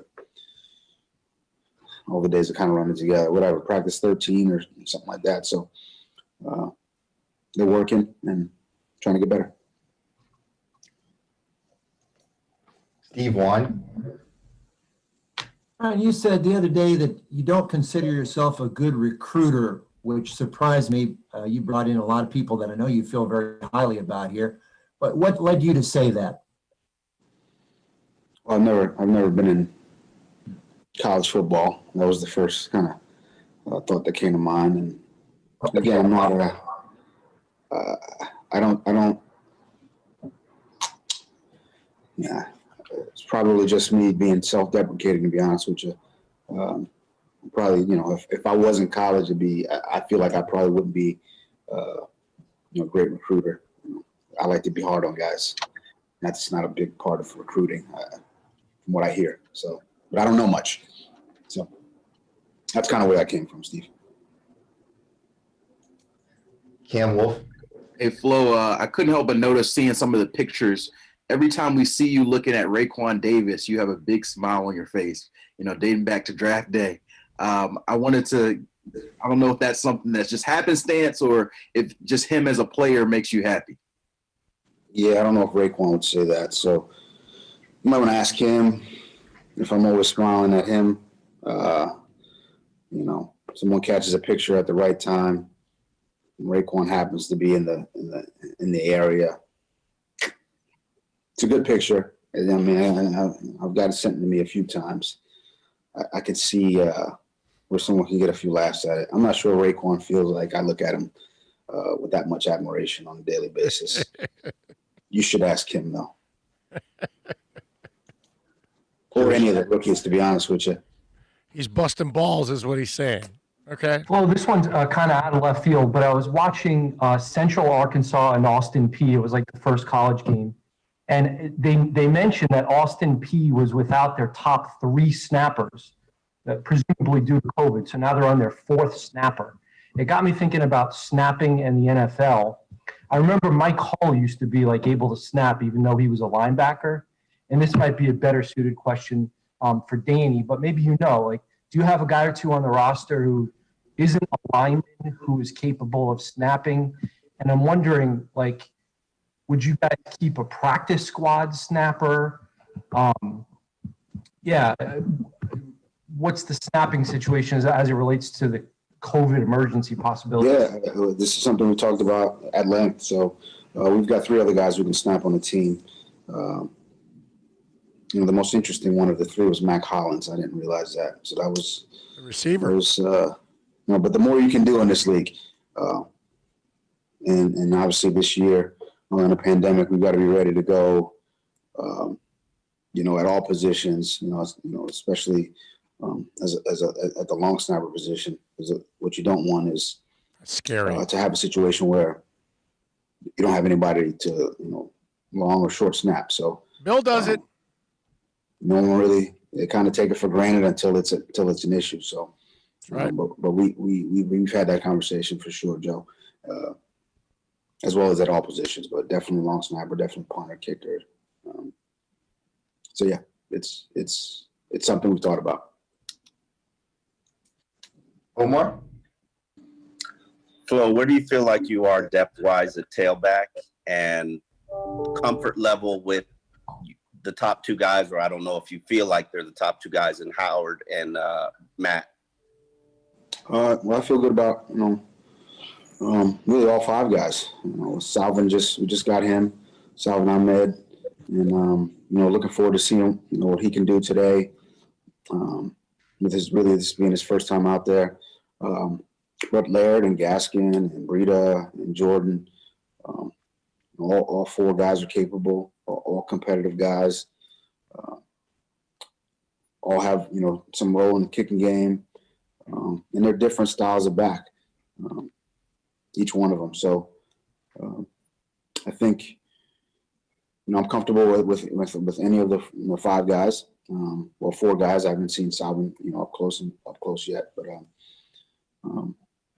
yeah, I'm comfortable with all guys. I think, they're hard. It's a hard-working group and a competitive group. Those are the things I'm looking for. They run hard. They're fast. They'll block and, catch the ball out of the backfield. So I'm looking forward to seeing what they can do. 13 days. All right, sorry, Coach. We got time for one more. We'll go to Cam. Hey, Flo, I wanted to ask you, has there been an increase in soft tissue injuries for you guys, I guess, coming into camp, given, the big absence of time,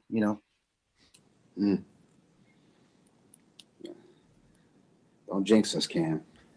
I'm just saying in general, not yeah. Knock on wood.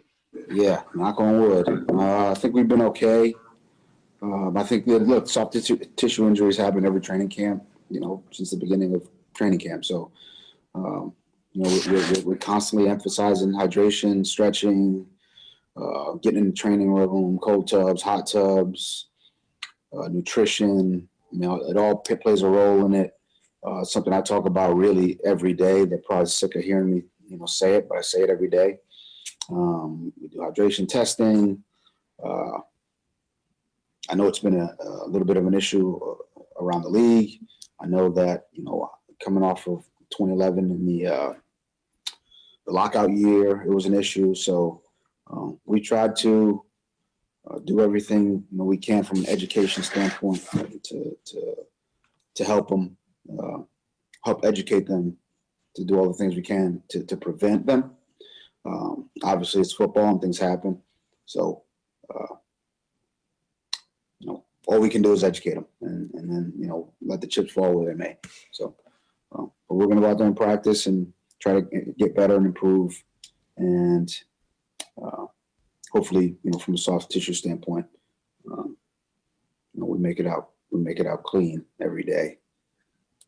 Thanks for talking about it, Cam. I like that because it's funny. Look, superstitions are all over sports, right? And guys will drive the same way to the park or the stadium. They'll go buy their coffee in the same spot or water. They will tie their shoes the same way. They want the left ankle taped before the right ankle. If you tape the right before the left, they'll be pissed. Dude, I've seen everything, okay?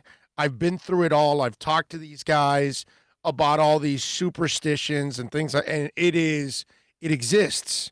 Now, whether you believe it or not, that's a whole different conversation that we could get into. But Flo did not want you to talk about injuries. Because that's not something that you want to then start shedding light on, because then unfortunately you think you sap yourself, and then all of a sudden, you're suffering a whole bunch of it. Like today, after practice, There's 4 soft tissue injuries. I'm telling you, he'll walk off that field going, Cam, that's some bitch. He mentioned it. Oh, damn it. We talked about it and this and that. And, it's your fantasy team, bro. Yeah. I always don't say that word. Right. Do not say that word. You draft a guy, and then there's a guy in the back goes, dude, that guy's going to have a good year if he doesn't have injuries. You're like, oh, damn it, bro. Why'd you have to say that? That kind of stuff. So it even happens in fantasy. You're right, Bill. But it's just do not say the I word. I mean, superstitions are normal. People have them in their regular life. You know what I mean? And that was kind of what Cam was doing there to the coach. That was funny. That was good. One of the best videos, my favorite, Superstition, Stevie Ray Vaughan, and all the little and the band's dead, and there's Stevie Wonder at the end over there playing on the piano, and the black cat runs and jumps in his lap. It's one of my favorite videos. If you guys haven't seen it, Stevie Ray Vaughan's version of Superstition.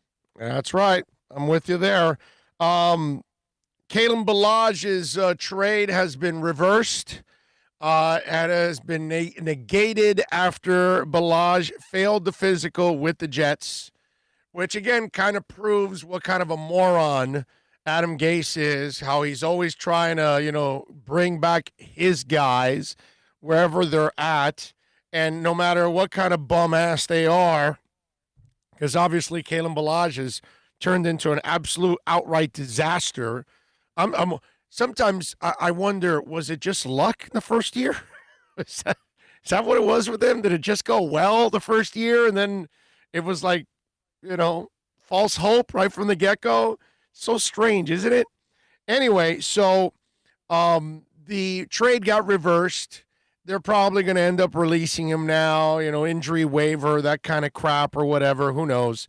So I'm sure they'll get rid of him because they have no plans for him. They have no space for him at this point in time. And you can't blame them because they've already picked up better options. And I love the combination of Breida and Howard. I got to tell you, I think Miami is going to be really good at running back overall. Not dominant, but they're going to be really good at running back, something they couldn't do last year. Now, you heard Flo talk about Hunt and all these other guys on the offensive line. Of course, we all know they've got to solve that issue first. But the good thing is that there's a lot of competition right now for all those spots. And I think that breeds for you to produce a good offensive line. Lord knows they've made that investment, which is something that they needed to do in a big-time way. Now you've got to get a couple of these guys to kind of come through and develop. But the Ballage deal was overturned. It is what it is. They were going to get a really late pick anyway, so it's not the end of the world. They also waived linebacker James Crawford. They signed wide receiver Andy Jones. They also signed Avery Moss and waived the center Donnell Stanley and Picasso Nelson Jr. Those were some of the moves. Those were made after we got off on Friday, so I wanted to mention those since they were done late Friday afternoon, I believe, is when they were done. So those were some of the moves that they made in Dolphin Land, and you just heard there from Flo. All right, we still have to hear from Tua. We still have to hear from Rosen. We'll do that next. I do want to tell you about Moodius Dental. Go see Eric Moodius and Company. Listen, if you need some help with your teeth, you got to clean your teeth, cavity filled, implant, Invisalign, root canal, whatever it is, a crown, they do it all. And I tell you all the time, state-of-the-art equipment, okay, family-owned, super clean. And like I tell you, if you need a crown, if you need to replace a tooth, they make the tooth right there. They make the crown right there within minutes.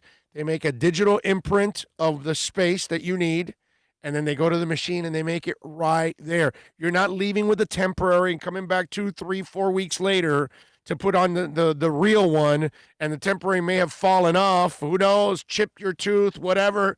None of that nightmare happens at Moodius Dental. Call them, 305-821-0231. That's 305-821-0231. Follow them on Facebook, Instagram, and Twitter. And, of course, go to the website, moodyasdental.com. America's safest and best-selling compact luxury SUV is at Acura of Pembroke Pines, and this is how we do it. RDX, $339 a month at Acura of Pembroke Pines, the #1 volume Acura dealer. Are you tired of watching the same old travel videos on the internet? Well, then check out MikeNoGoZones.com, a travel documentary that's breaking barriers. I go to the places that the media tells you to fear, where no one else dares to go. Baltimore, Opelika, South Side of Chicago, and more. Go to MikeNoGoZones.com. It's a buyer's market at Toyota of Hollywood. Over 1,500 Toyotas on the ground, and truckloads just keep on coming. Now pay up to 50% less. 2020 Camry, not $29,000, $17,775. 2020 Corolla, not $22,000, $13,775. Buy a new 2020 Toyota with 0 down and 0% financing, or we'll make your payments till 2021. At Toyota of Hollywood, the #1 volume Toyota dealer on 441 between Hollywood Boulevard and Sheridan Street.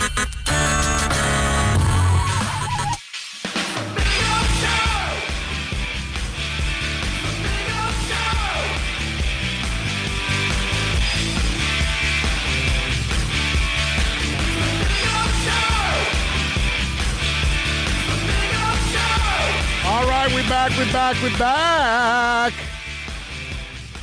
Welcome back. Thank you, as always, for supporting us any way that you do. We really appreciate it in a big-time fashion. Plenty of things to talk about. We got to get into the Heat, too, against the Bucks. Big game tonight, big series for Miami. We'll get into that in a minute.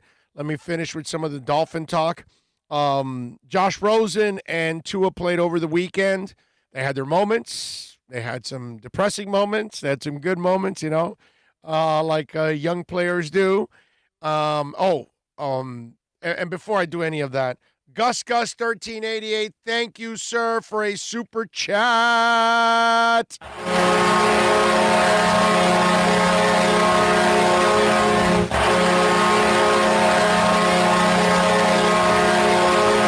He says, trust the process, people. Noah is the future. Don't be surprised if X has gone to a contender before the season ends. No, that won't happen before the season ends because the trade deadline will pass. And they won't be able to – he won't prove by then what you need in order to get compensation, Gus. So that won't happen. If they trade X, it'll be in the draft or in the offseason at one point or another. Damn. There's another thing you're forgetting. Yes. We're going to be battling for a playoff spot, bro. That's We're true. going to be wanting to get rid of players. Yeah. The process is about winning. So, yeah, I don't think so, Gus 1388. I don't think there's – I'll go out on a limb and tell you there's 0% chance that X gets traded during the season. Okay? 0. Not 1, not 2, not 3, not 80, not 99, not 100, 0. Okay? All right? So expect to be saved by 0 when it comes to the fix. All right, now, so let's talk a little football. Josh Rosen and Tua had some practice time over the weekend, scrimmage and everything. Rosen was able to address the media. So let's go over Josh Rosen's comments. We'll go over Tua next. Go ahead. Hi, Josh. We saw the team together before the scrimmage in prayer for Ryan Fitzpatrick. How difficult was that? I know you and Ryan have shared a lot of moments together. How difficult was it to see Ryan going through what he's going through right now? It's a brutal situation. And I just tried to support him like any way I could these last couple days, weeks, and months. Ryan's mom raised a hell of a kid, really strong, awesome, independent, kind dude. And I've been fortunate enough to sort of be around him these last couple months, almost a year now, probably. And it's a tough situation, but kind of puts everything into perspective and reminds you that we all are still human, and human things happen. Travis. Hey, Josh, I wanted to ask you about that touchdown pass you had to Ricardo Lewis and just kind of have you walk us through that. It looked from our vantage point like you had some tight coverage there, were able to find that tight window. Can you tell us what you saw on that play? It wasn't wide open. It was more of kind of an opportunity to ball. He was running a corner route, and corner kind of fell off into it, a little bit underthrown, and Ricardo made a hell of a play. So they were a little bit scrambling there, so I just kind of snapped it quick. I didn't get like a crystal clear view of the coverage, but I knew where I wanted to throw it and who I wanted to go to, and Ricardo made a hell of a play. Cam Wolf. Hey, Josh, you had what I guess in my view looked like the throw of the day to Malcolm Perry down that right sideline, what looked like a go route. Can you kind of tell me on what you saw and trying to get it to him right on the money, with tight coverage? So it's not really a part of our read, but the first two guys I was going to kind of got trapped inside on some out-breaking routes. Like in my vision through them, I kind of see the go behind it and kind of just noticed that Malcolm might have stepped on it and just thought I'd chuck it. There's only one safety in the field, so I didn't think he was going to track it down. But yeah, it really wasn't kind of a plan. It was more of a reaction because my first couple of guys got stuck inside. Yeah, I mean. Josh Tolentino. Hey, Josh, at the same time, you the only really red zone attack of the day, the score of the day was you and Ricardo. Can you break down what happened on that play? Was that your first read? It looked like you had looked a couple times around. No, I mean, I knew I wanted to go there. The defense was kind of, I said earlier, the defense was kind of scrambling a little bit. They weren't really necessarily lined up, and we had a lot of guys. We had a motion and a lot of guys that were crossing. So we knew there was going to be some communication issues. And so the deepest developing route was the one I was planning on throwing to. So I just kind of slid over to it, tried to let everyone get confused, and then put it up in the back pylon for Ricardo to make a play. We got time for a couple more. We'll go to Safin. Josh, at the end of the day, the scoreboard read Rosen 10 and Tua 6. What does that mean to you, if anything? And what was your reaction when Coach asked you to get back on the field with about 3 minutes left, pulling Tua? I don't really think it means anything. I don't really think there's much to look into. I mean, we manufactured some situations throughout the game for the sake of practice. So, like, we had some 2-minute drills that weren't necessarily 2-minute. We had a fumble in my drive that we didn't rule a fumble just for the sake of we wanted to keep it going. There were a couple first downs. We just moved it along. So I wouldn't really look anything into that. But it was definitely a sloppy day, I would say, on offense overall. I mean, I carried a good amount of the burden with that. I was a little slow calling plays. And I think I was just a little bit sort of slow overall. And I think tried to get everyone on the same page, moving a little quicker in the second half. And near the end of it, I think we put a really good drive together. But I think we have a lot of things to learn and or a lot to learn from now. And I think there's some good film to watch and get better. Now, what I love about that answer was, one, he informs the media about how some of those situations are manipulated where he probably could have lost points. Because like he said, in that fumble, they wanted to keep the drive going, and then that would have obviously stopped his drive because apparently he ended with more points than Tua in the scrimmage, which I got to tell you, it's not the end of the world if Rosen is playing a little better than Tua. That would actually make a lot of sense. Rosen's going into his third year. He's had to deal with like 77 offenses since he's been in the NFL, only going into his third year. So he's had a lot of experience of all of that, and trying to understand different offenses. And for the last year, they've actually taught him how to read defenses and coverages and the adjustments that you've got to make at the line, all those kind of things that he never did at UCLA. So he is growing, and he's growing mentally. I think physically he's the best talent out of the three guys, as it is. He's got the most talent out of the three guys. Okay, all right. Tua might be the better quarterback is how he's viewed. But when it comes to ability, that's the guy that's got the bigger arm. He might be the guy that's the better, maybe even better athlete too.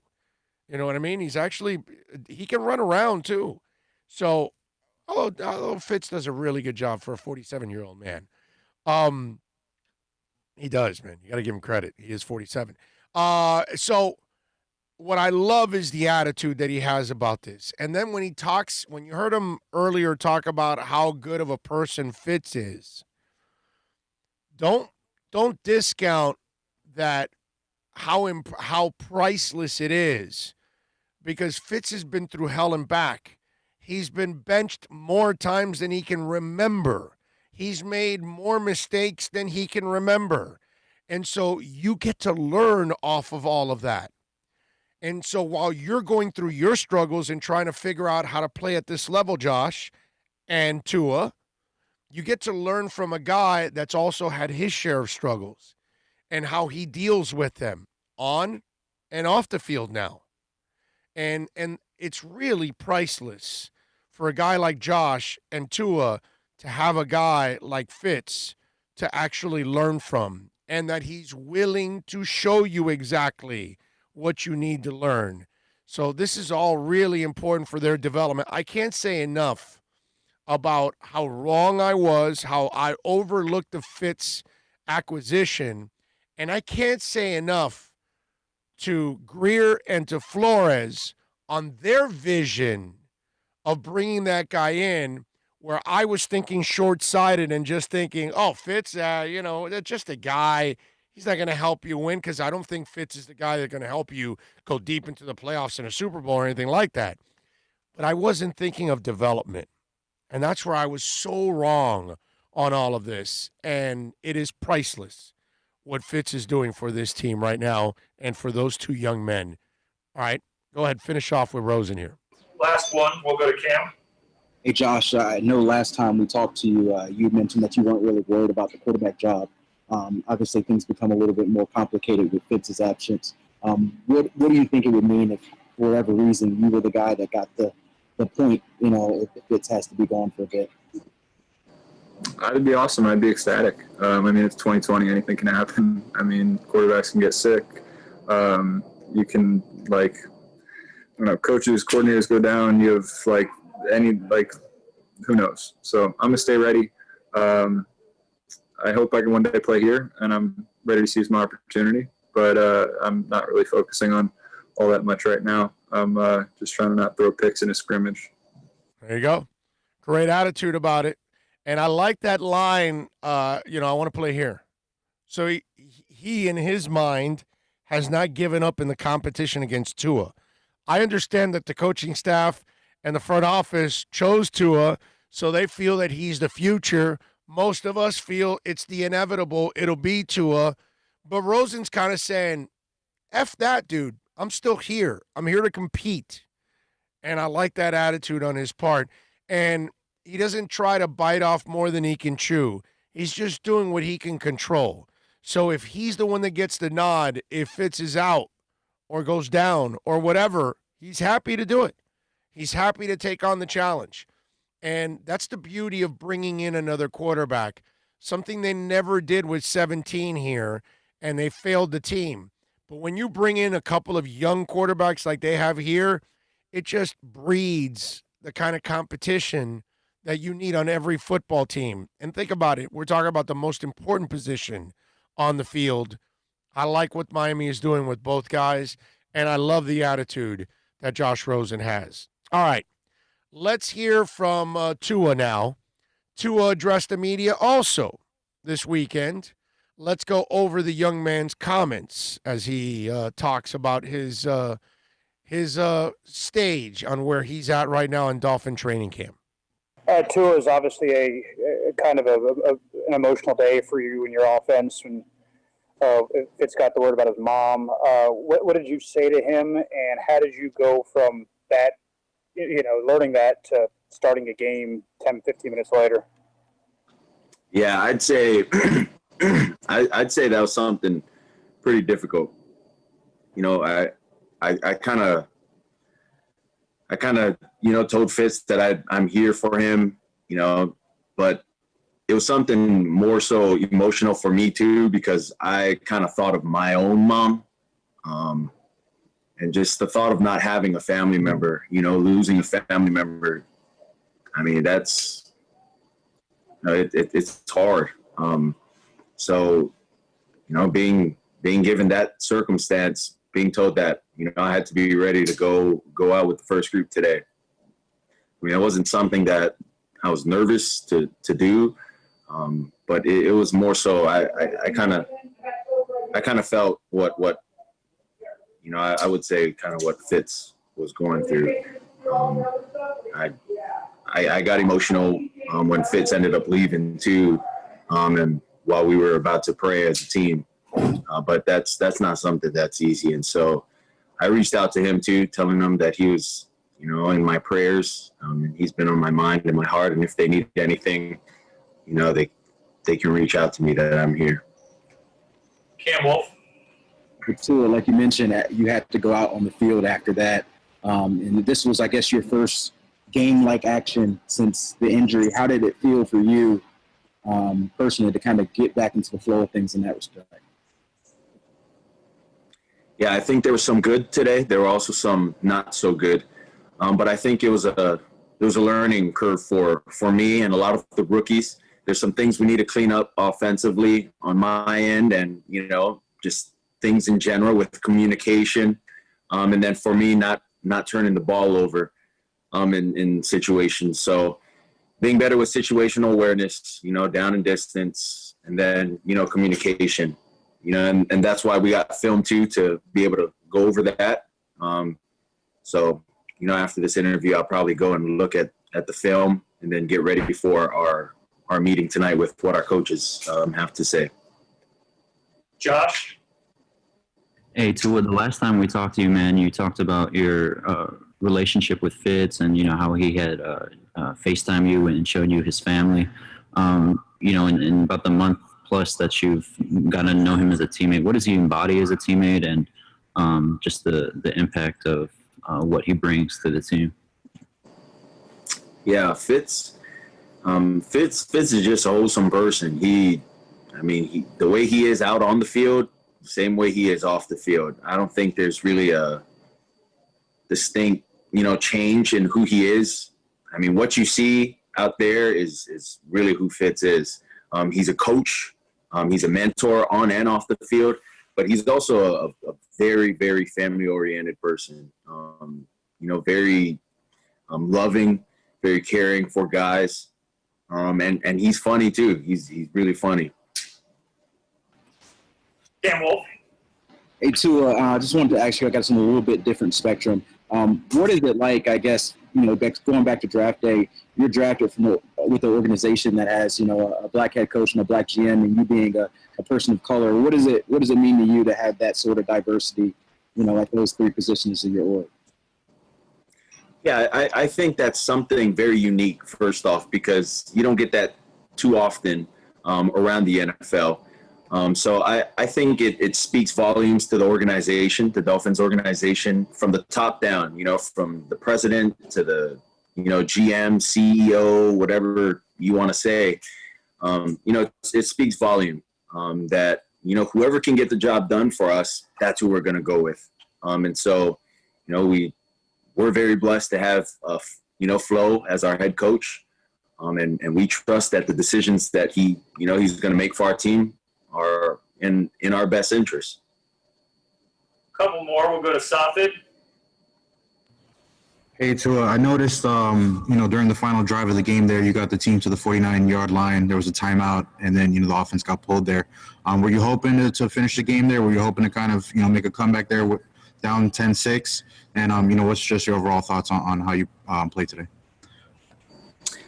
Yeah, I would say, first off, my overall thoughts on my play wasn't to where I want it to be, and I don't think anyone, today is where they want to be. But to me, it's really not taking it a series at a time. It's more so a play. What can I do to put our offense in the best position on this play? And like I said, there were some good, there were some bad. it's just an opportunity to continue to learn, continue to grow. Communication with the guys is going to be key coming to the sideline, and then in practices that we're going to have. But I was hoping to be able to finish that drive. I don't know what happened, but hey, that's how the game goes. You do all you can until, something happens.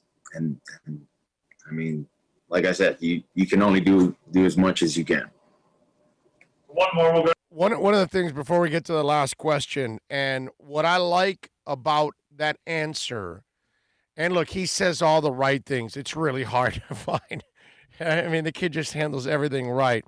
But what I like is that he has a level-headed approach to everything. And he just seems like the guy that whenever he does get in that pressure situation, it won't get the best of him. And when he gets into that successful situation, it also won't get the best of him. He's had plenty of success at the college level, and it's never wavered. It's he doesn't become Johnny Manziel. Get what I'm talking about now?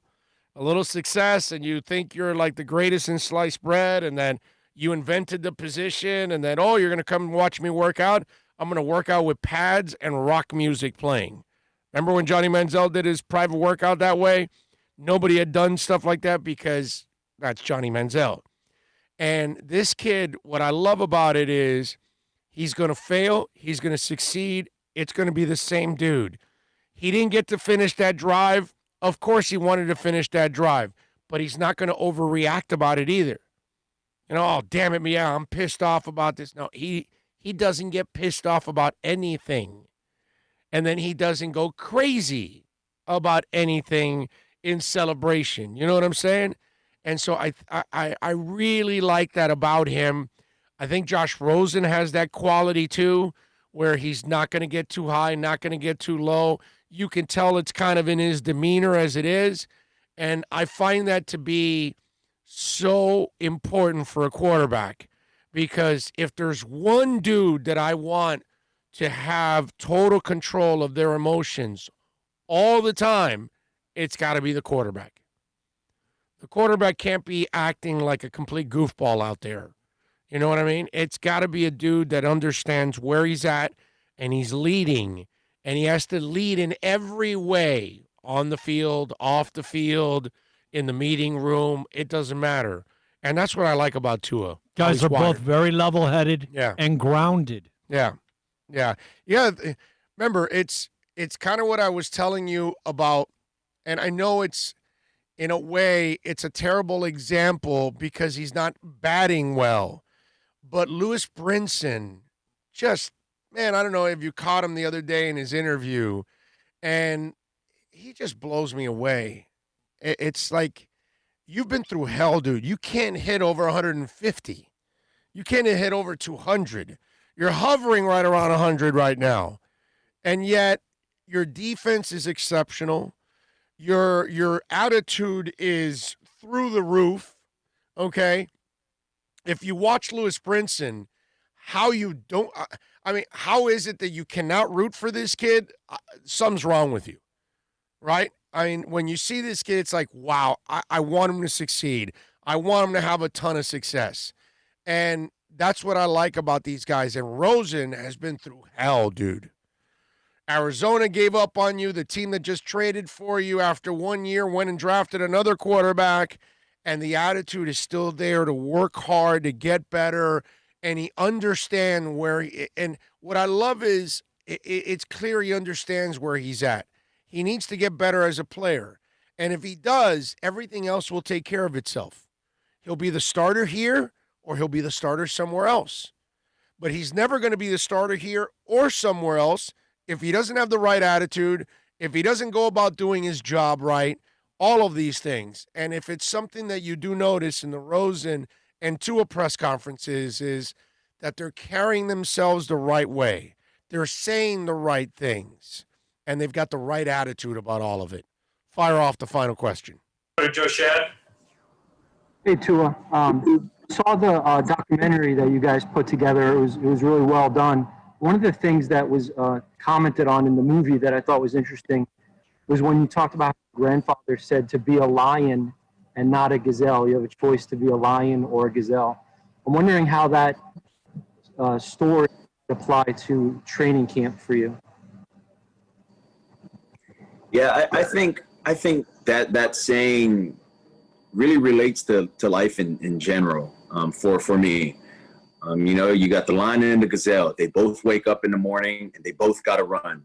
One is running to something, one is running away from something, and which one are you?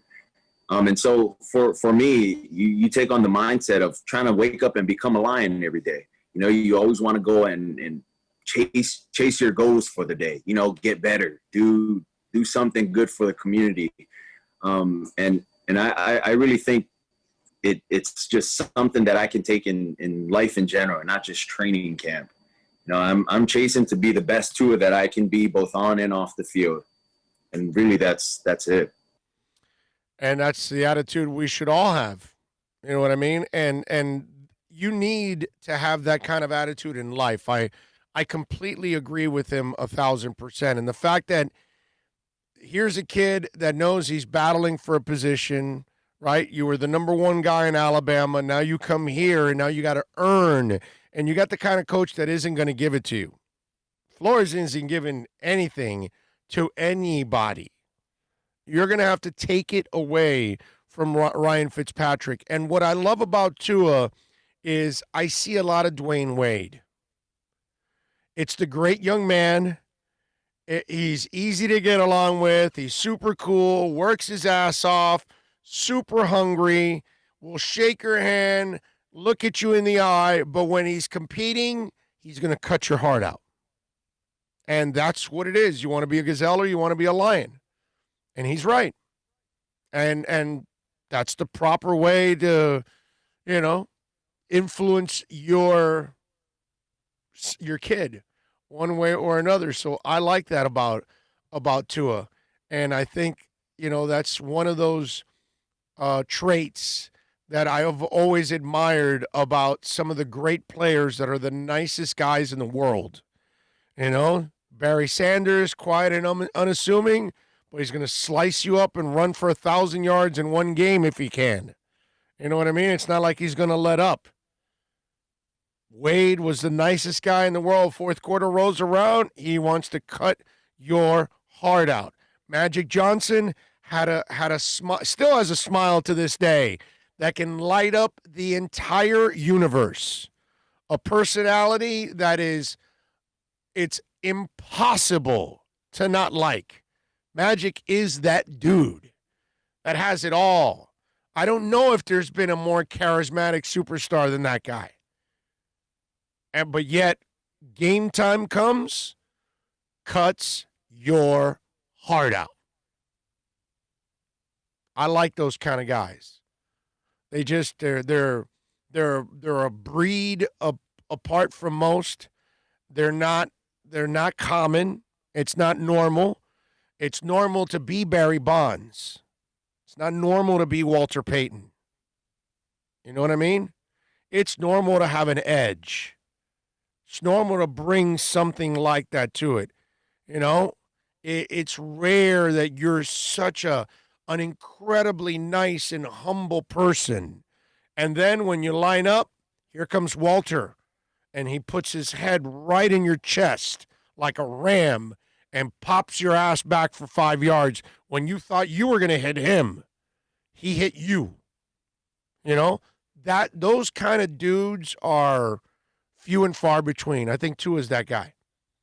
I really do. And all we got to do is hope he stays healthy, and I think we're going to see that dude that's going to cut people's heart outs. And hopefully, like Wade, he'll bring a title to Miami in 2023 when it's all said and done. All right, that's Tua. That's Rosen. That's the second hour of the show. It's in the books. Let's take a break. We'll come back on the other side. Don't forget Toyota of Hollywood, a proud sponsor of our program, 1841 North State Road 7. Go see Steve Ostrov, Herbie Lopez, all the great people out there. Let me tell you, if you're buying or leasing a vehicle, and plenty of people are doing it because, man, It is like a supermarket over there. We were there on Thursday, like we are every Thursday, and it is amazing how many people are out there already because lots of people are already back to work, and their leases are up, their cars are breaking down, their money pits, they need to make a change. Get on down to 1841 North State Road 7, and make sure when you see Gary Thompson or Rick or Eddie or Azric or Joel Rubio or Lori Rodriguez, make sure you tell them that Big O sent you. They will take care of you at Toyota of Hollywood. Are you tired of watching the same old travel videos on the internet? Well, then check out MikeNoGoZones.com. A travel documentary that's breaking barriers. I go to the places that the media tells you to fear, where no one else dares to go. Baltimore, Opelika, South Side of Chicago, and more. Go to MikeNoGoZones.com. America's safest and best-selling compact luxury SUV is at Acura of Pembroke Pines, and this is how we do it. RDX, $339 a month at Acura of Pembroke Pines, the #1 volume Acura dealer. It's a buyer's market at Toyota of Hollywood. Over 1,500 Toyotas on the ground, and truckloads just keep on coming. Now pay up to 50% less. 2020 Camry, not $29,000, $17,775. 2020 Corolla, not $22,000, $13,775. Buy a new 2020 Toyota with 0 down and 0% financing, or we'll make your payments till 2021 at Toyota of Hollywood, the #1 volume Toyota dealer on 441 between Hollywood Boulevard and Sheridan Street.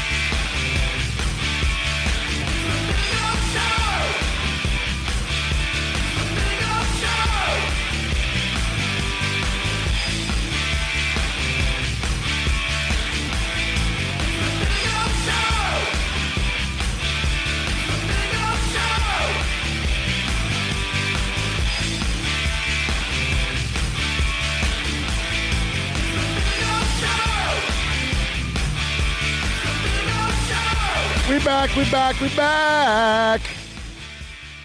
Welcome back. plenty to talk about.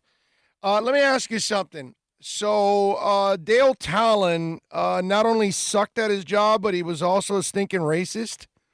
Is that what I'm understanding now? So Dale Talon now is being investigated.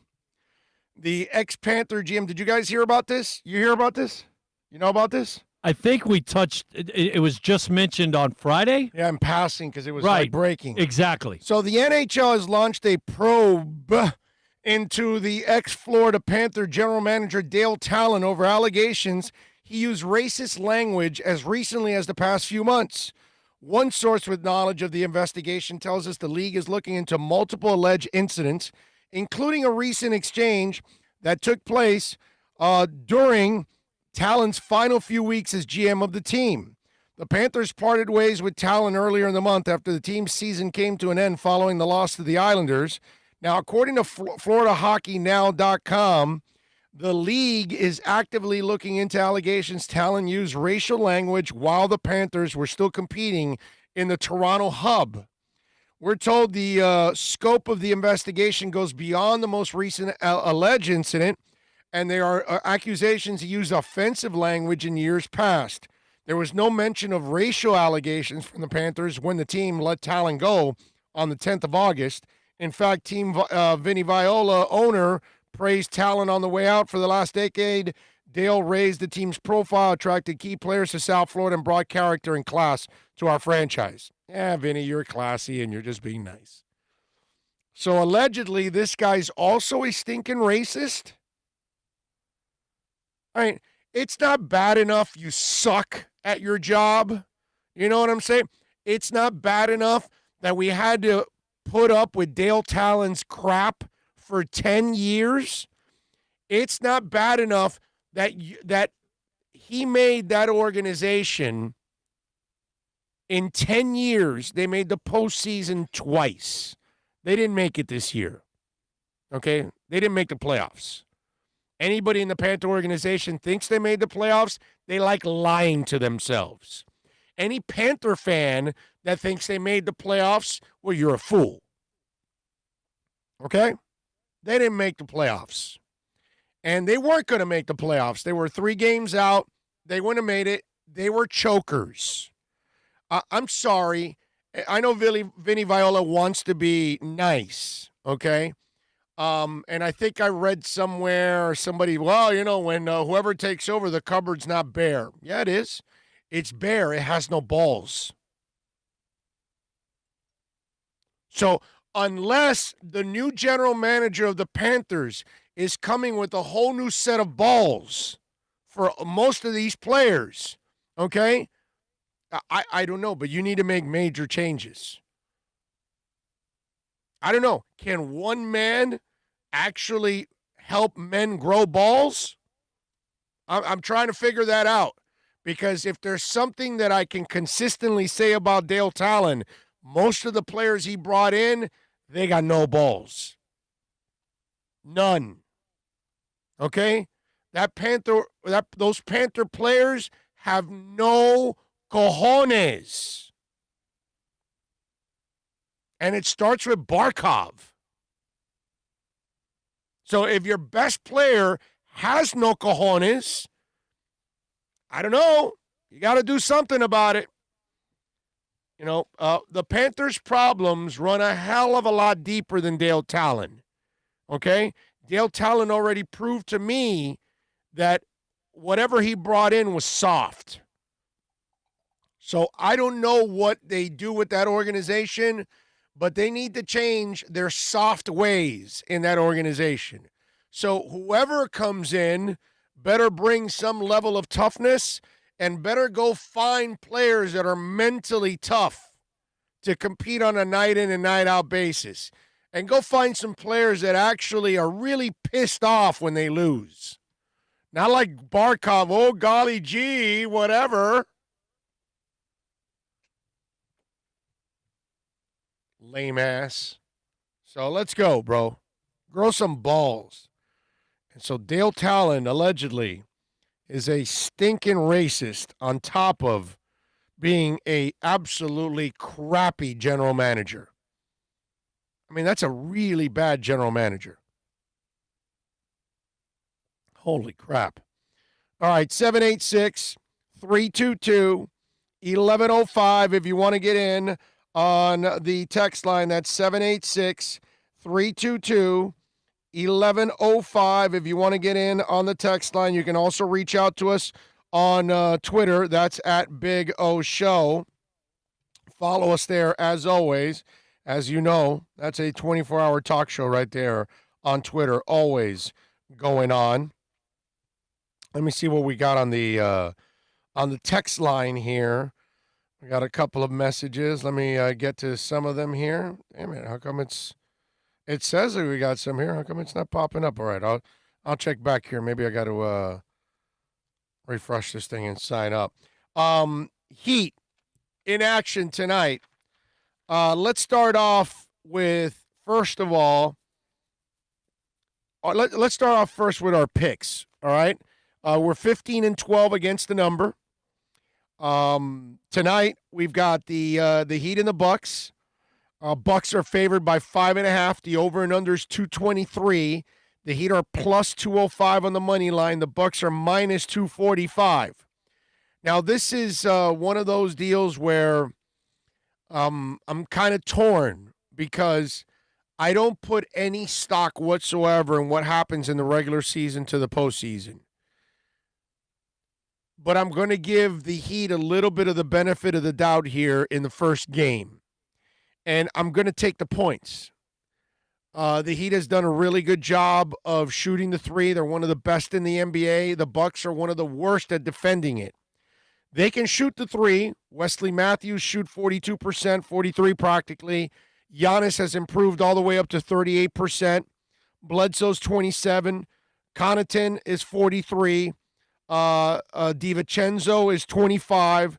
George Hill shoots it at 40. Ilyasova is at 20%. Korver, who's like 8,000 years old, shoots it at 37. Brook Lopez, 36%. And Middleton, 37%. So they've got enough guys that can shoot the three. Now, Miami is better than Milwaukee at defending the three. And they've also done a great job of double teaming or help defense a little bit with Giannis. Not double teaming because they're not big on double teaming, but help defense. And hopefully they'll be able to do that again today and slow them down. I'm going to give the Heat the benefit of the doubt. I'm not going to pick them to win because if not, I would take the money line then. And I'm not going Bucks minus 245. I'm not doing that. But I am going to take the Heat plus 5.5 here. Okay? Because the Heat does have the potential of even winning this game. But I think there's a good chance that at least they keep it close and don't get blown out here. And they've had rest. Jimmy Butler's had a week to rest that shoulder. Rockets and Thunder. Rockets are favored by 5.5. Thunder over and under is 226. The Rockets are minus 245 on the money line. Thunder are plus 205. I'm going to go Rockets here. I think they're going to close it out. I think they're going to be pumped up. I think the Thunder have done a great job of making this a series. I think the Rockets now getting Westbrook back and the second game back, and I figure like Stella will be in a groove. I'm going to go Rockets minus 5.5. I think they blow them out by 10 in this game. I think the Thunder finally runs out of gas here, and they've played their inspired basketball to a point. I think they end up losing today, and they lose big. Rockets rout them, lay the 5.5. I'm going Rockets minus 5.5. I'm going the Heat plus 5.5. That's my story, and I'm sticking to it. Heat and Bucks tonight. Like I told you, I expect this to be a close game. I really do. And I'm interested to see if the regular season can roll into the postseason because it rarely does. There's countless examples of teams that, they won 1 or 2 games. They were 1-0, 2-0, 3-1, whatever it is against a specific team, and they got breaks throughout the regular season. They met the team when it was coming off a back-to-back or it was the third game in 4 nights on the road. And sometimes there are schedule games that you lose in the NBA because it's just the way it is. And it happens to every team, man. And they get bored, and they're bored in late December because it's the doldrums of the NBA season, all of that. So it's really hard for me to put a lot of stock in the regular season to the postseason. It's just rare that it rolls over. But I'm going to give them the benefit of the doubt that I think they can keep it, at least close. I love the fact, I don't think it's a disadvantage that Milwaukee played a couple of days ago and Miami's been resting for a week. The bubble is one of those situations that you're there 24/7. So basically you're working 24/7, even if you're not getting paid for it, but you are. So it can be taxing on your mind. And I think having the week off is good for Miami, for the players, and I think it's exceptional for Spo. Spo's a damn good coach. And so Spo's going to look at everything going on in all these matchups, and I think he might have a wrinkle that he might be able to add in this matchup. I'm not nearly as smart as Spo. He forgot more basketball than I'll ever know, but I'm going to count on Spo. I don't know what it is, but I would count on Spo to tweak it a little bit to try to help give his team a slight, a little bit more of an advantage going into this matchup tonight. So I'm going to give them the benefit of the doubt, and let's hope that they can even surprise me and pick up a win, which would be really, really nice. Okay. Is this continue with our All-Star Week courting of Giannis that smack him, beat him? Yeah. And if you can't beat him, join him. And there he is in the next Miami Heat. Yeah. Correct? Yeah, no, I'm with you. Kenneth, by the way, sends a fourth super chat today. Wow.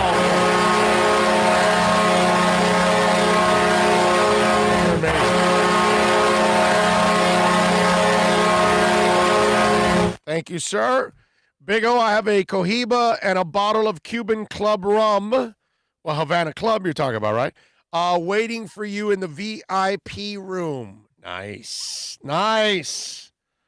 Love it. I love it. Cookie Vice also sends in a super chat.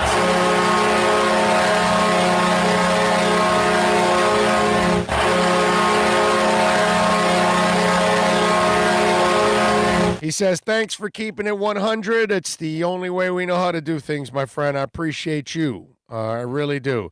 Let's see, man, I've listened to Finn's questions since early 70s. This crop of beat writers since early 2000s are numbskulls. It's hard to listen to them ask questions.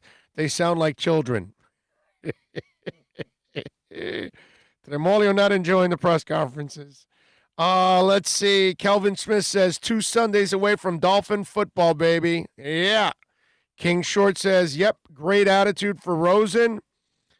Let's see what else. Finn's history question of the day. Which one of these 2 Finns QBs played on 8 NFL teams? Ryan Fitzpatrick or Steve DeBerg?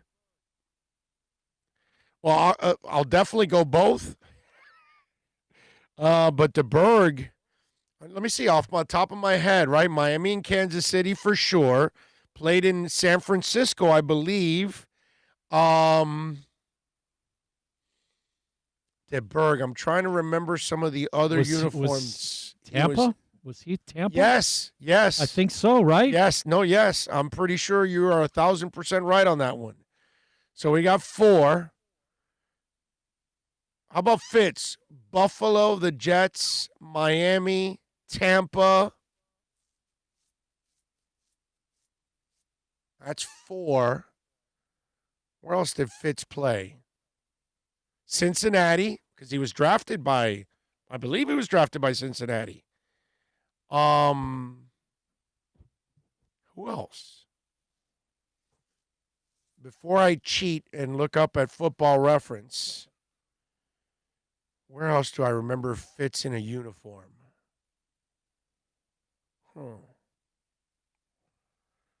That's a good one. I like that one. Let me see. Let's cheat now. Now we're gonna cheat because we can't do the whole day. How many on this. old uniform jerseys does he have hanging in his closet? Yeah. That is the question. Here we go. Ryan Fitzpatrick. Wow, I forgot St. Louis. So it was St. Louis, then Cincinnati, then Buffalo, then Tennessee, Houston, the Jets, Tampa, Miami. That's 8. Okay? DeBerg. We said what? Kansas City, Tampa, Philadelphia, Miami. You mentioned San Fran. And San Fran, right? Philadelphia. No, I take Philadelphia. Not Philadelphia. It was, right, those 4. Okay, so let's see what we got here with DeBerg. Steve DeBerg. All right, San Francisco, Denver, Tampa, Kansas City, back to Tampa. Oh, no, that doesn't count. Miami, and then Atlanta, 6. So he played on 6 teams. That guy, I will always remember him in that playoff game, obviously being at the stadium. Busted chin. The screw. Oh, yeah. Through his pinky. Yeah. To hold it in place. He had that big nub.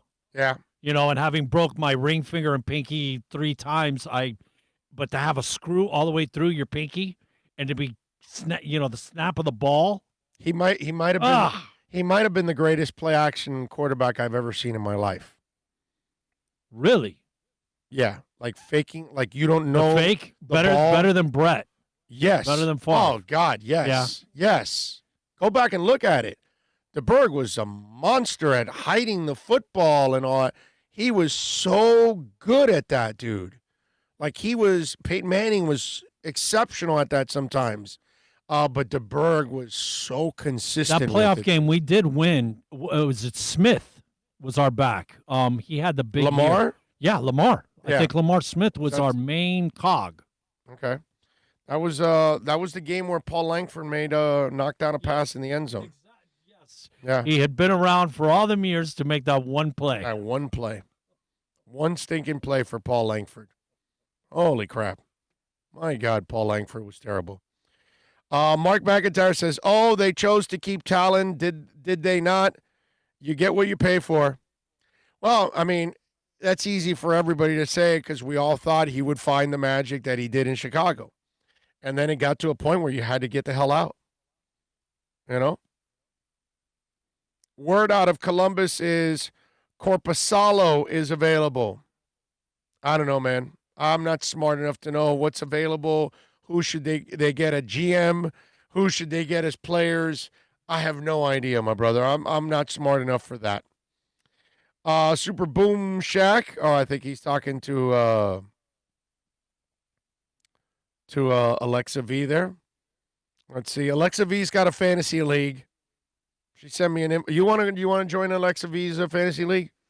You got time? I was going to ask you. Do you want to do it jointly, you and me? No. Because I already joined Alexis. I'm done. I'm not joining anymore. You're not. No, I'm only doing You're only one. doing one. Yeah, I'm just doing one. I'm in. I don't want to waste my time. Well, Alexa, you got to send him a request. All right. I'm in. So, Josh, send me a DM, and we'll send you Bill's email so you can send it to him. Okay. Send me a DM, Josh. Or wait a minute. You have I probably still have your DM there. I can send you the email. What else do we have here? That's if you have any spaces left. Let's see. What else do we have? Yeah, I'm not doing fantasy. I'm going to do it with you guys for the hell of it because I just think I think we're all going to end up getting all frustrated. It's going to be basketball, right? Like the basketball season. My basketball season went to crap. You know who I feel bad for is my boy Zach Krantz. Zach's team in our basketball league was dominating, dude. Dominating from beginning to end. He had a great shot at winning the title, and the whole season went to crap. Felt bad for him because he really, this was his year. I don't think he's won the title yet, and this was his year to win the title. Shame. Felt bad for him on that one. What else do we have going on in the world of deportes? The Inter Miami squad yesterday unfortunately lost to Nashville 1-0. They've got Atlanta on Wednesday. We'll have the pregame coverage starting off at 7:30. If you want to listen to it, check it out. Game time will be at 8:25, so we're going to have a 55-minute pregame show this time around. And unfortunately, they lost 1-0. Did not play well. They got every break in the book. They could have had 2 penalty kicks with a couple of dirty plays in the box. They had a play that they committed kind of inside the box almost. They gave them the penalty kick, and they missed the penalty kick. Our own player could have dummied a ball through, and he ends up kicking it out of the way. You know, I mean, there were... Was that Shea? Shea was Breck Shea. All he had to do was dummy the ball. He played well. When they incorporated those 5 guys into the game, I loved our offensive movement. Yeah, Wynn was terrific. Lee Wynn. Yes. I think Lee, on the set play, he almost had the ball that went right over the crossbar. I said it in the postgame show. I would play Lee in every game in the 65th minute. I'd bring him in. He's an older player, so you can't play him the whole game. But I would bring him in earlier because he is so good at continuing and moving the offense.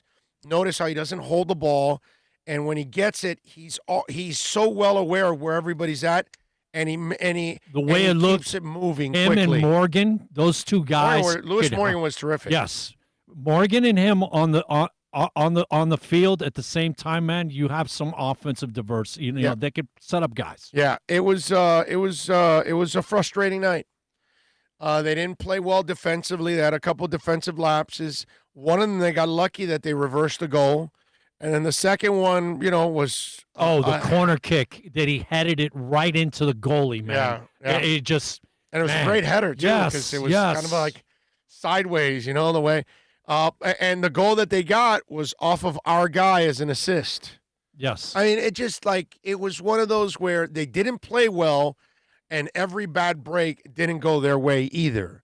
And then every opportunity you had, you never capitalized on. So the other one, the loss. semi-bicycle kick. Yeah, that went over the cross. Right. It was like, we had probably 3 really good goal-scoring chances. That's right. No, I'm with you. But you know what? We are what we are. Another 1-goal loss. What do we got? 6 of them now? Yeah. 5? Yeah. Oh. Kenneth Cleveland now has the record on Super Chats. This is his 5th Super Chat of the day.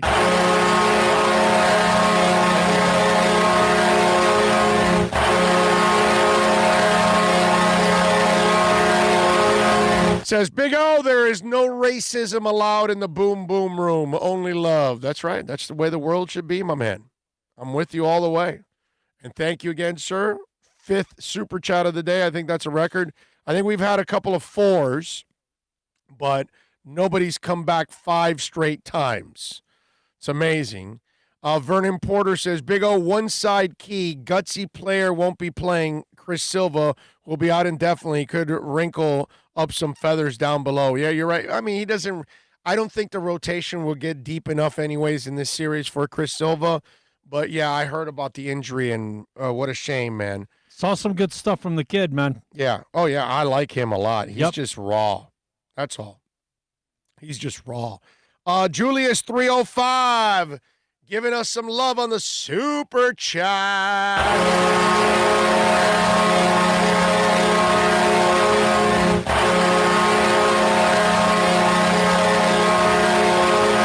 Man of 1,005 holes says Kenneth is the MVP today. Well, you're all MVPs, brother. I appreciate everything Kenneth does, and Julius, and Alexa, and Josh, and Mark, and everybody's important, man. Everybody components that of tunes the in. show, man. Yeah, they are. Yeah, we obviously appreciate any of the support you guys can give us on the Super Chat. But besides that, I cherish everybody. Everybody watching, everybody downloading, anybody that Super Chats, anybody that visits our sponsors. I love all of you equally, man, and I appreciate it immensely. Those of you that can give a little bit more, obviously, it's truly a blessing, and we thank you for that. in a big time way. Question for you. Obviously, being on the road last night, the team, Yes. but you weren't. You were at the stadium. Yes. You do the post. What time did you guys get done? And like, what time did you? I got manage home to at get 12:10. Really? 12:10. I got home, and So then the game at 8:30. I went to sleep 10, at 2 in the morning, but I got home at 12:10. So I had work to do because we have a game Wednesday. Right. So I have to prepare the script. That's the makeup for the Atlanta game, right? No, that's the following game. The following game is. Oh, okay. This was regular schedule. The following one is a makeup. They I'm gonna say something, but I'm gonna say. Don't get in trouble. No. I'm not gonna get in any kind of trouble whatsoever, because I understood what the players were doing that day.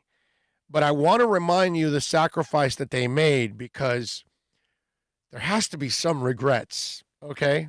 And this is what I mean, okay? Inter just played the game August 30th, yesterday, and they lost. They now play September 2nd on a Wednesday, Sunday to Wednesday, to play another soccer game, okay? That's basically 2.5 days of rest is what you have, because you played late Sunday nights. You get Monday and Tuesday and half of Wednesday, and then you play. All right? You got that. You're with me, right? So you go from the 30th to the 2nd. Then you play Sunday the 6th. And then you play Wednesday the 9th, which is the makeup game. 3 days later again. 4 games in like 10 days. And then you play the 12th. Wow. Okay? So from the 30th to the 12th. Okay, 1, 2, 3, 4, 5. You played 5 games. 13 days. In 13 days. Man. You were supposed to rest between the 6th and the 12th. You were supposed to rest for 6 days. Now you're playing 2 games during that stretch. Conditioning it's at a max Again, of need. Don't take this the wrong way. I don't mean anything bad by it. Okay? But you stack the deck really. It's Wow. only human nature that you've got to be sitting in the locker room going, mother effer, did we have to really, couldn't we just like maybe prolong our knees before the game and do a little extra kneeling for a little longer? 5 games in 13 days. 5 games in 13 days. That's a gauntlet. 5 games in 13 days. Just saying, dude, that's a bitch. Okay? Wow. You didn't realize that, right? Nobody realized it because, unless you really followed or you work it, because I've got to work the 5 games in 13 days. Now, I'm not complaining that I went to sleep at 2 in the morning and I woke up in the morning to go do it, do the show. I'm not complaining. I don't have to run around for 90 minutes, bro. I'm just saying, I don't think the coach even practices during this time. Oh, you got to have something in for the game, man. Yeah. But it's like a walkthrough. It's got to be a walkthrough. Yeah. There's no practice. No. There's no scrimmaging. What are you going to do with 5 days? Let me 5 ask games you, in have 13 they ever put one of those logs on their leg and like figured out how many miles these guys run? Yeah, in the course of a 9 day? Oh, yeah. I forgot the number, but yeah, there's 7, 8, 9. It's several miles. Half of them, yeah. It's several miles in every game. Yeah, I forgot what it was. There's a stat out there. I can imagine because, I think about it and it's like, obviously back in the day being a smoker and you go to the park and you run a full court. I can't tell you how many times I took my pack of cigarettes and lighter and threw them out in the trash right there at the park. Yeah. We've all done that if you've smoked. But this is a field. This isn't a full court. Not to take anything away from a full court, but wow. It's a pitch. Well, the pitch be grande, okay? And Yes, man, very grande. you better have some conditioning or Yeah. you're going to be out there sucking wind. Yeah. Richard says, Big O, any word on how the Dolphins O-line has looked so far in camp, in particular the 3 rookie draft picks? It's this, bro. And you're not going to get anything on them until we start the games. We don't have any preseason games. We don't have any real games to actually measure them by. and they're not going all out, and they're You're not even tackling, and practicing they're- against somebody else. Yeah, It's you and your guys. It's whatever you hear now, it means nothing because we will get it week 1 against the Patriots. That's when we're going to see if Hunt or any of these other guys are any good or ready for it or how green they are or all that kind of good stuff. So right now, Richard, you can't even worry about that because it's so it's so inaccurate right now. You don't have a real feel for where these players stand. So we're going to have to watch actual football games in order to start making a determination on who can play and who can't. It's crazy, isn't it? Yeah. Yeah, I remember years ago when they had Jamie Nails here, and they were sucking against the run for many years. And Jamie came in as a free agent from Buffalo, lost a bunch of weight, was in great shape, and was exploding all over the place. But in those days, there were 2-a-days, okay? And so it was different. We got to see them hit a lot, and you got a good feel for teams. And I remember that I was done with training camp, and we were starting the preseason. And I got on the air on one of my shows, and I said the Dolphins will be able to run the ball this year. And I think I said they would make the playoffs. And I think they made the playoffs that year with Jamie Nails. And sure enough, but that's because you got to feel, because they were hitting. They would start every morning with an inside drill. That's how Jimmy and Dave Wanstead started their practices. Inside drill. All O-line, D-line just, oh my God, exploding on each other, trying to run the ball. And full out inside drill. And that's just said, oh, they can run the ball. Finally, they're going to run the ball this year. And sure enough, they ran the ball. But you can't nowadays. None of these guys, none of these women or men that are covering the team have any real idea on players that they've never seen and what they can do. Okay? Kenneth Cleveland, you are out of control, my man. A 6th super chat. What are you trying to put the record completely out of reach?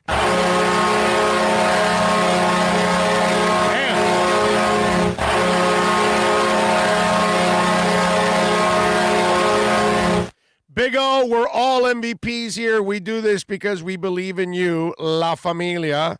Go Canes, class of 87, Canes for life. Thank you, my brother. Thank you. Super Boom Check says Jamie Nails was awesome. When they had him pulling on the run plays, he would destroy linebackers. Remember that? That one year he had it going on, man. And what a nice guy, too.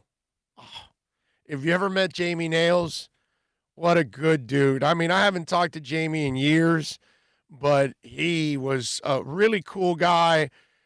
He talked like this. I remember Jamie Nails would talk like this. He had this kind of a voice, and you'd walk up to him, and he's like, 6'7", 380 pounds, and he'd talk like this.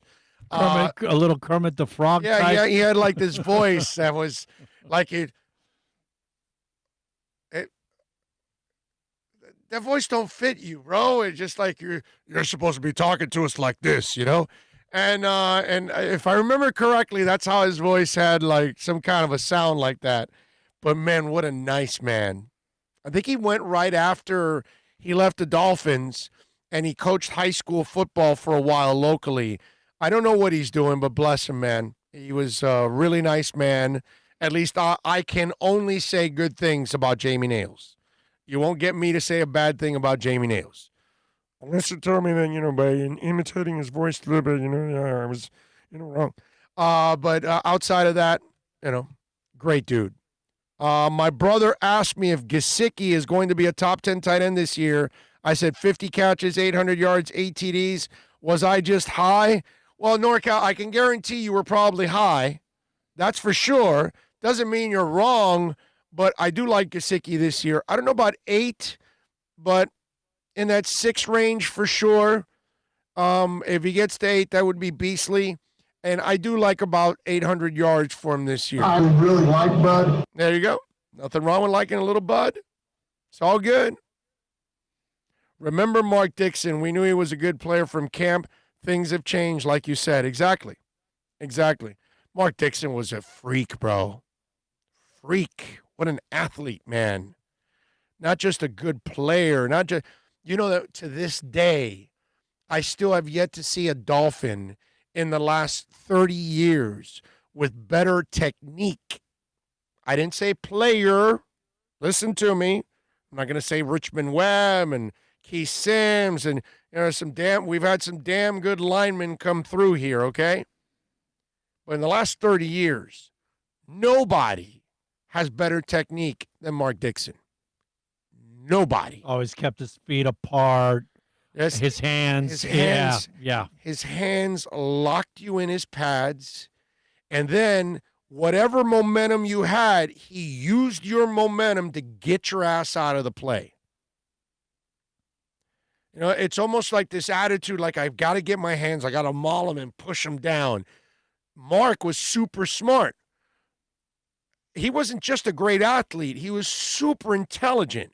So he would have the guy and he would use him against himself. So if the guy bull rushed him up, then he'd lock him in and then he'd use that momentum to guide him wherever he wanted, just right out of the play. And, bro, he had these locks in that you weren't going to get him out of there.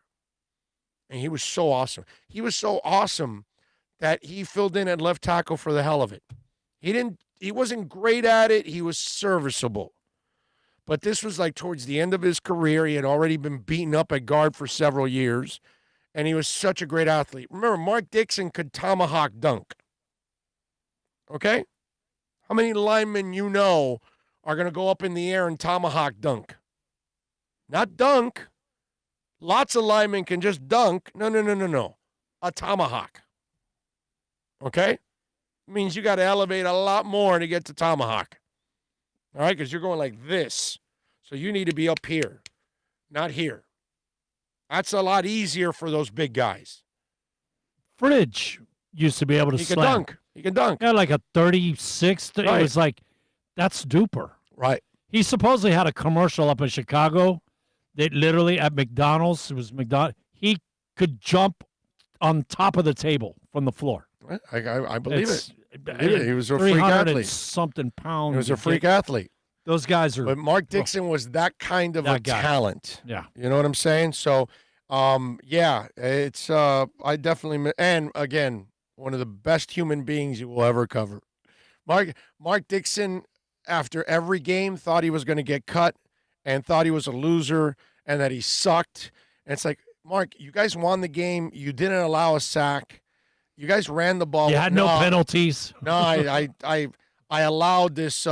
I allowed a run play to not happen in the second quarter. I played like crap. I wouldn't be surprised if I get cut. This and that. I struggled here, struggled there, and it's like, dude, you're like the best player on the line right now. Like, what's wrong with you? No, I suck. I'm not doing it enough. It's just one of those, like, we would look around and it's like, okay, wait a minute. Has this guy even seen film on himself? like that guy over there can call himself, that he sucks because we know he sucks. But why is Mark Dixon beating himself up like to a pulp? I never understood that one. You know what I mean? But that's the way he motivated himself.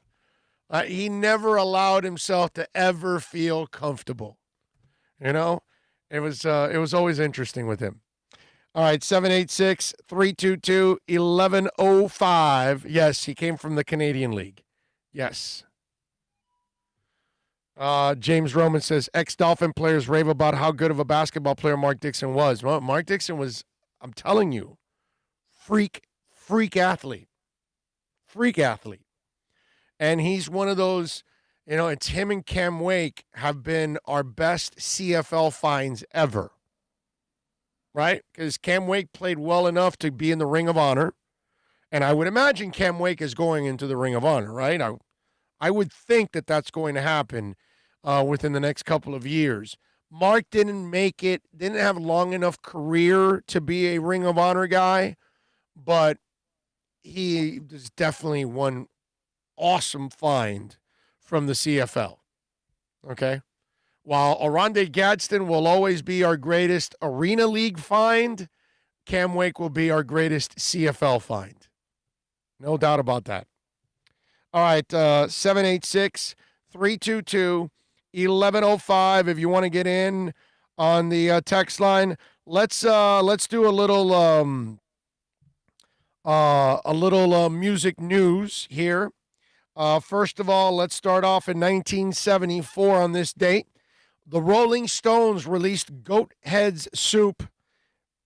And Goat's Head Soup, by the way, had the track Angie on it, which went to number 1 on the charts. I was thinking about this the other day with Angie, and I'm so glad that Gloria was not the name chosen for the women that lose their freaking minds about masks and all that stuff. You know, it's been Karen and Ken's. And I was thinking about this the other day. I said, can you imagine if they would have called it Gloria and then they ruined the Doors song and U2 and all that, and the Glorias of the world? And if they ruin Angie, they would ruin, the Stones song, Angie. That would just not be good, bro. So I'm glad that Karen, because you think about it, we don't have really hit songs with Karen. But we do have hit songs with Angie, and we definitely have hit songs with Gloria. I would have been really pissed off if they would have called all these crazy bitches Gloria. Because it's like, no, dude, don't ruin it, bro. Two of the most iconic songs in the history of music are Gloria's from the Door and Gloria from U2. Well, not a Karen, but Karen had a bunch of Burt Bacharach songs that she made very popular. Well, that's fine. The Carpenters, of course. That's fine. Yeah, but that's, yeah. It's not Karen, a song. Yeah, it's Carpenters. Right. So, it's just, I'm just glad that happened. I was just thinking about that, It's good, man, thank God we didn't ruin Angie. It's another crazy Angie in the Walmart. Yeah, no, man. Metallica, they had their concert this weekend. Some of you went to the drive-in. In 91 on this date, Metallica started a 4-week run at number 1 on the album charts with the Black Album. Might be the favorite album for a lot of people when it comes to Metallica. Not mine. I love that album. Ride the Lightning is probably one of my favorite albums. It's probably my favorite album of Metallica. Black Album, which featured hits like Enter Sandman, Sad But True, and The Unforgiven, and Nothing Else Matters. In 95, the Rock and Roll Hall of Fame opened in Cleveland, and we will be there next year. The city where disc jockey Alan Freed coined the term rock and roll in the early 50s. In 97, the Microsoft Network webcasted U2's performance in Dublin. Internet participants were able to control remote cameras at the concert, allowing them to see the event from different perspectives. That's pretty cool. And in 97, that's really cool to be able to pull that off in 1997. Not surprised. I remember them hooking up with Sputnik during Octung, Right. They're cutting edge, man. Yeah. Bottom line. Yeah. No, I'm with you. All right. Birthdays. Let's go with some birthdays today. Got a couple of big ones, too. 1945 on this date, Van Morrison was born, the Northern Irish singer, songwriter, musician, and, Rock and Roll inducted into the Rock and Roll Hall of Fame, and inducted also into the Songwriters Hall of Fame, too, for Van Morrison. In 1945 on this date, so both born on this date, is Bob Welsh, the American musician, former member of Fleetwood Mac, and also had a solo career with a little Sentimental Lady. Unfortunately, Welsh committed suicide in his Nashville home on the 7th of June in 2012. He was found by his wife with a self-inflicted gunshot wound to the chest. In 1948 on this date, Rudolf Schenker was born, the German guitarist from the Scorpions. He formed it in 1965 when he was 17 years old. And, of course, Scorpions, one of the great metal bands of all time, and they're still not in the Rock and Roll Hall of Fame, which I don't get, don't understand, will never understand. In 1957, Gina Schock was born on this date. She is the drummer of the all-female band, the Go-Go's. And again, the first woman's band, all-girls band, to have a #1 hit and to write their own music and play their own instruments. And how is that not in the Rock and Roll Hall of Fame? When you talk about pioneers, the Go-Go's, when it comes to women, yeah, you had Hard and all that, but they didn't write all of their music and play all of their instruments because they were with males. And they didn't write all of, they had other people help them. They wrote a lot of music, but other people helped them. These ladies wrote all their music.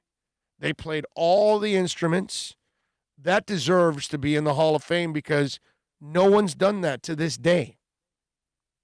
To this day, we still don't have an all-female group who wrote all their music and played all the instruments. Think about that. So when you see an all-female band, you're going, something's missing. Oh, they didn't do this. They didn't do that. But, Anyway, this is a great day, by the way. 1957 on this date, Glenn Tilbrook was born. Do you know who Glenn Tilbrook is? I was going to see Glenn Tilbrook up until the damn pandemic because Squeeze was coming to town. He is one of the many singers that Squeeze has had, but he is the main singer of Squeeze. There have been a couple of others.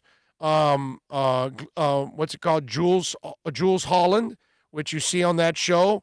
He sang there. And the man that I was going to see in Paris, who was with Mike and the Mechanics, he was with Split Enz. He was solo.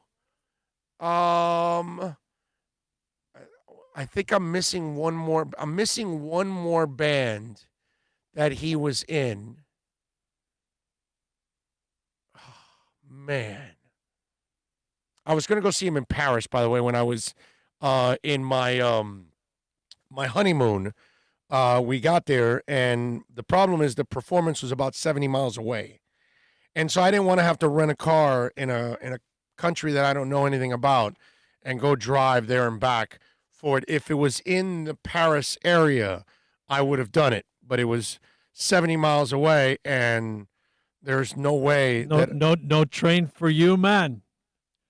I supposedly the trains are really good over there. Yeah, no, I get that, but it was just one of those things that, you're there for your honeymoon. I don't want to spend, 400 years, doing hours. Yes, yeah, would have killed the day. Right, I would have spent the whole day there.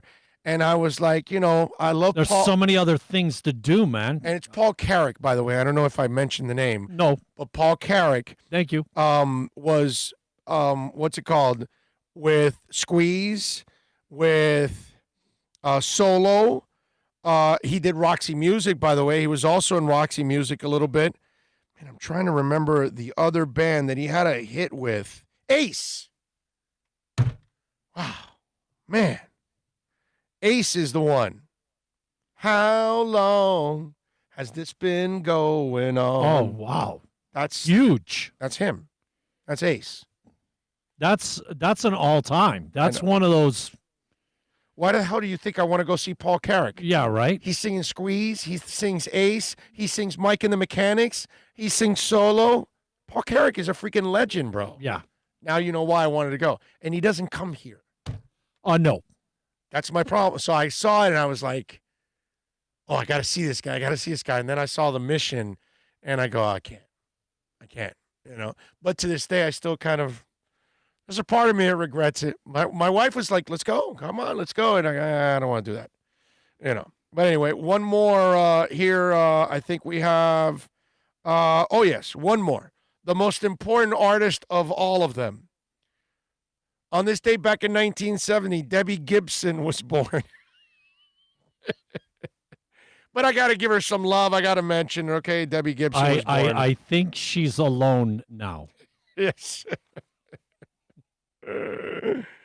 Oh, Lordy. So there you go. Just to get you a little Debbie Gibson. For those of you out there that maybe, you wanted to make sure that you saw that, we gave love to Debbie Gibson. We did it. You know what Debbie Gibson reminds me of? I crap you not. I flashed to the living room in Ted and the freak doing his little dance. Yeah. Yep. Guns N' Roses. Are you a Guns N' Roses fan? I think, right? Maybe. Possibly. The only one that I know that isn't is NorCal. Right. Well, NorCal screwed on this one. The rest of us, we win. Guns N' Roses is streaming live footage from 2 concerts from 2016 from their ongoing world tour and the latest videos in their streaming concert series, Not in This Lifetime Selects. The band has released a 7-song package from their first appearance in 2 cities on the trek, including August 15th show at NRG Stadium in Houston and a pair of late November gigs in Mexico City. The Not in This Lifetime tour topped $580 million by the end of 2019, earning number 3 as the highest grossing tour in history of Billboard's box score charts. So go check it out if you want to watch it on the YouTube channel for Guns N' Roses. If you're a fan, enjoy it. Also, if you went to the Metallica concert over the weekend, give me a scouting report. How was it? Because they had their drive-in concert this weekend. So for those of you that want to give me a heads up on that. And one more thing. We got a versus battle going on tonight. It's an interesting battle. I got to say, not the battle that you were expecting, but on Versus on Instagram or Apple Music, and Versus is spelled V-E-R-Z-U-Z. Okay? That's how they spell it. Brandy versus Monica. How about that? That's what, like early 90s, right? Or late night or mid 90s? So Brandy versus Monica. For those of you that want to watch it, you can check it out. Also, Red Rocks is having an unpaused 3-day concert series. It's live stream and it's interactive from Red Rocks. On Tuesday, Phoebe Bridges and Nathaniel Ratliff and the Night Sweats will be on starting at 8 p.m. Eastern, okay? So if you're interested in that, I'm sorry, 10 p.m. Eastern, 8 p.m. Mountain Time, my bad. 10 p.m. Eastern if you want to watch it. It's 3 days. So tomorrow will be Phoebe Bridgers and Nathaniel Ratliff and the Night Sweats. Tuesday, it's Megan Thee Stallion and Little Baby. Okay? I may watch that one. Okay? Got to admit.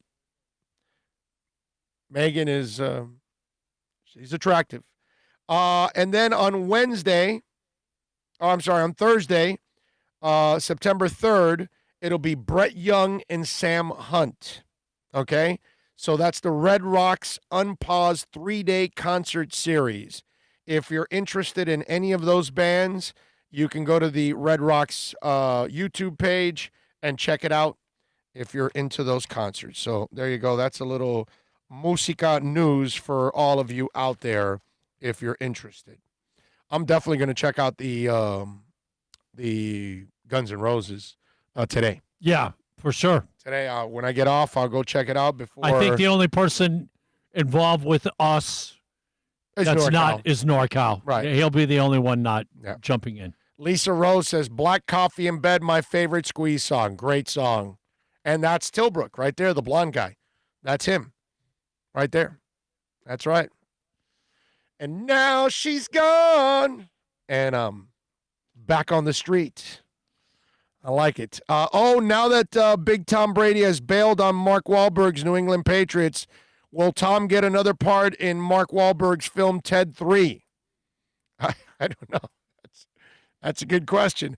Maybe they're gonna put Cam Newton in there instead. Who knows? You know. See, the lyric from that song that I always like better is that I'm out with her friends. That's right. Out with a friend with the lips full of passion and a coffee in bed. Julius 305 chimes in on his second super chat of the day.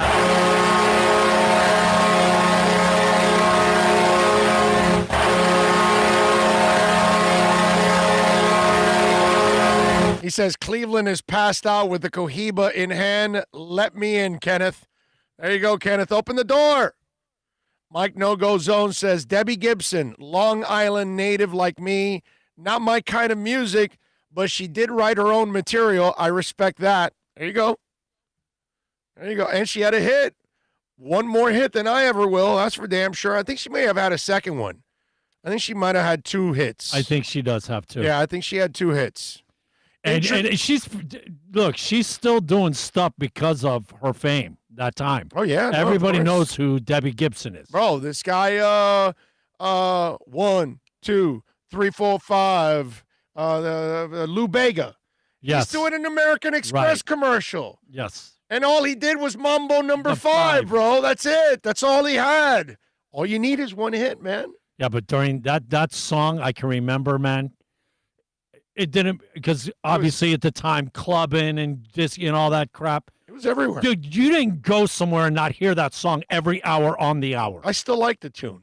I like the tune. Well, you know what? It's a super catchy You know what tune, happens bro. with these songs is I get burned out, and it's like, I don't care if I ever hear, I've heard enough. And then you don't hear it for 5 or 10 years, and then, hey, man, I like that song. It's like. Well, you got to control the music so that way you listen to it when you want. Yes. Pat in Asheville says, interesting story about Squeeze. They don't have the publishing rights to their hits. They re-recorded their hits at close to original equipment and called it Spot the Difference. Great album. Okay. All right, I got to check it out. I may not have that one. I have most of Squeeze's catalog.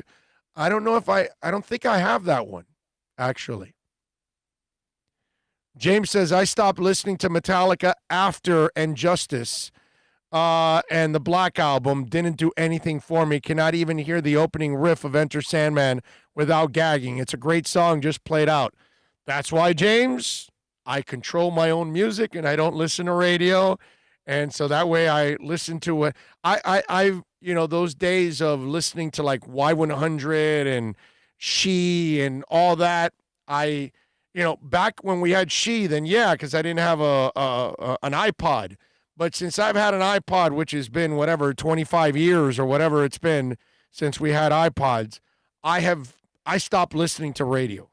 I'll listen to some satellite because at least I can, cruise around with, 100 different channels. And if I'm in the mood for blues or rock or whatever, I can go to it and listen to whatever I want. But for me, that's always been the best way of doing things, is where you have your own collection and you kind of control the music. Kenneth in Cleveland, dude, you are out of control. This is your 7th super chat of the day.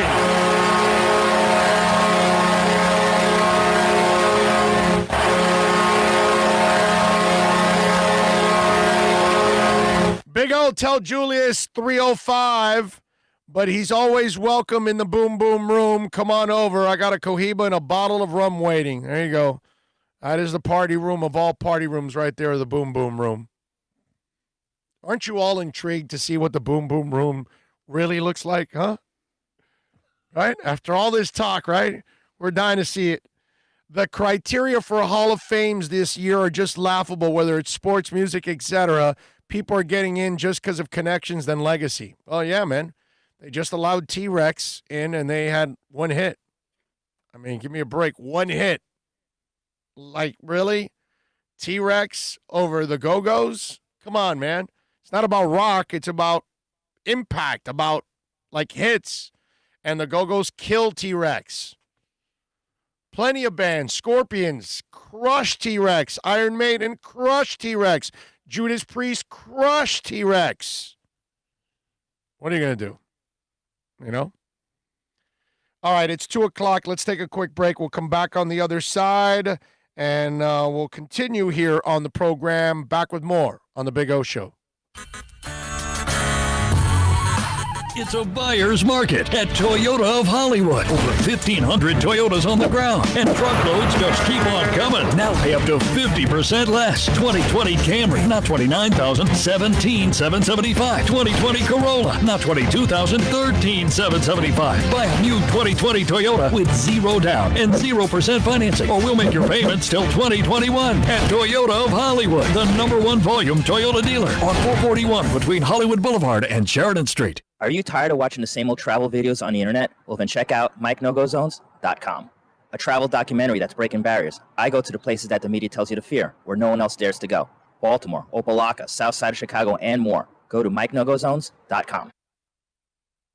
America's safest and best-selling compact luxury SUV is at Acura of Pembroke Pines, and this is how we do it. RDX, $339 a month at Acura of Pembroke Pines, the #1 volume Acura dealer.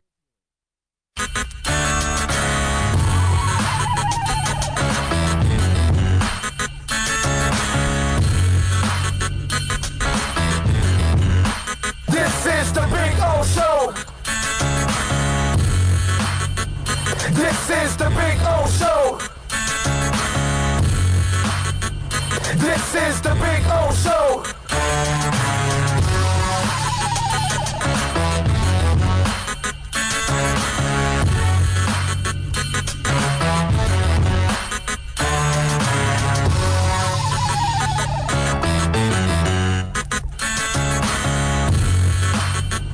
This is the Big O Show.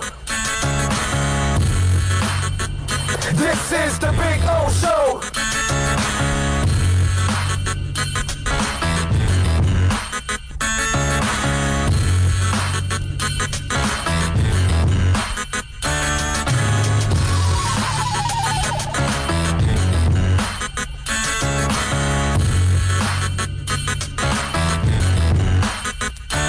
All right, we're back.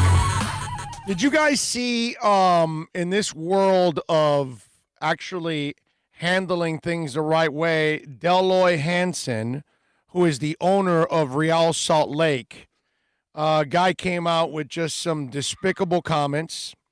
And so Deloy Hansen, the investor and operator of the Utah Soccer Holdings, which owns Real Salt Lake of the MLS, the Utah Royals FC of the Women's League, and the Real Monarchs of the USL. Okay, so these are the top 3 leagues, male and female. MLS is #1, USL is #2. Obviously the Women's League, there's only one. So these are very important leagues to our country and in soccer. And so now he's going to sell them. He has agreed to sell the company days after allegations of racist comments attributed to Hansen were brought to light. The allegations of racism against Hansen were reported by The Athletic are long and ugly. Hansen came first under fire on Thursday when he slammed his players for opting against playing their league game the previous night as they stood in solidarity with athletes from American sports who refused to protest in the shooting of Jacob Blake of Wisconsin. He says, it's like somebody stabbed you and you're trying to figure out a way to pull the knife out and move forward, he said at the time, before walking back some of his comments in a second radio interview, and on a station he owns, by the way. That day, Deloy Hansen also pinned blame on the players for forcing him to cut 40 to 50 jobs again, as he vowed to no longer welcome fans to future home games at Rio Tinto Stadium after what had occurred the night before. He reversed course on that comment later in the day. Hansen announced on Friday he would take a leave of absence while the league conducts investigation into allegations against him. And so, apparently it's obviously an ugly, ugly situation. This guy has no business. Look, the problem in this world is that we have people that own sports teams, and they're racist. And even if they do something positive for a minority, they're doing it for a PR purpose. Like, I truly believe that when Jerry Jones helps a minority, He's helping it because it's going to be a good PR move for him one day or another. You know what I mean? It's not because he really is or isn't racist. I think he is because I see the way he's handled these situations over the last couple of months, and I can tell. And the fact that he still doesn't want people kneeling, it shows his ignorance. Because at this point, if you don't understand why they're kneeling, then you're ignorant or you're hateful. One of the two. And so he has shown me his colors. And rich people do this all the time. You know, they'll throw money at something because money doesn't mean anything to them because they have got so much of it that they don't care. So they'll do something charitable that is out there just to kind of make them look good. But it's not because they're doing it because it comes from their heart. They're not doing it because they truly care about the person or about the individuals. And Deloy Hansen doesn't care about any of these athletes. He only cares about the bottom line, making money off of their backs. That's what he's there for. So when you don't do what he says or what he wants, then he's disgusted by it. Because you're my employee. It's almost like you should feel grateful working for me. Okay? And that's the problem with the Deloy Hansens of the world and many other owners that are currently right now in sports. Who they are, I don't know. But there's plenty of them. And eventually they'll show their colors. Deloy Hansen, Jerry Jones, et cetera, et cetera. It'll happen. But I'm glad that they're making this piece of crap actually sell the team. Okay? Because look at Donovan Mitchell. Donovan Mitchell works in the same city. Deloy does not own the Utah Jazz. I don't know if you know this, but Donovan Mitchell is using his latest shoe release to help the Jacob Blake family. He's announced he's donating $45,000 from the sale to support Blake's children's education. Blake right now is currently paralyzed from the waist down after they shot him 7 times, and 3 of his kids were present when it happened. So the Utah Jazz star decided to take action through his sneaker sales, announcing a portion of the earnings will go towards the Blake family. For the first 45 hours of Don Issue 2, Spidey Sense Drop, I will be donating $45,000 of the proceeds to support the education of Jacob Blake's children. Mitchell is also getting some help from Adidas, who will match his contribution for a total of $90K. He also explained his reasoning for the donation, saying, education reform is something I really believe in. I believe we will be able to help push our country and our future past the point we're at. Allowing kids to understand and be able to go into the same classrooms and be able to be taught at the level playing field is something I believe is the key to generational success. And being able to push past racism, systematic racism, voter suppression, and everything. The Don Issue 2 Spidey Sense shoes are available, by the way, in 6 colors, and they go for $100 on the Adidas website. So if you're interested, you're also doing something for a great cause and a great young man in Donovan Mitchell. Great young man. I love that.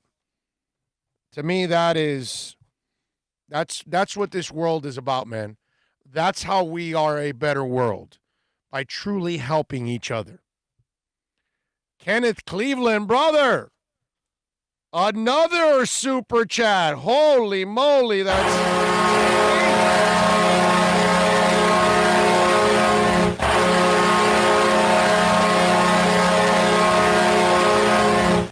Damn, dude. NorCal Kenneth owns the Boom Boom Room.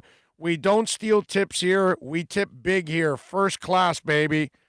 Yes, you are, my brother. 8. This is like, who the hell breaks that record? Who the hell's going to send in 9? It's going to be well, yeah, maybe Kenneth. That's about the only one.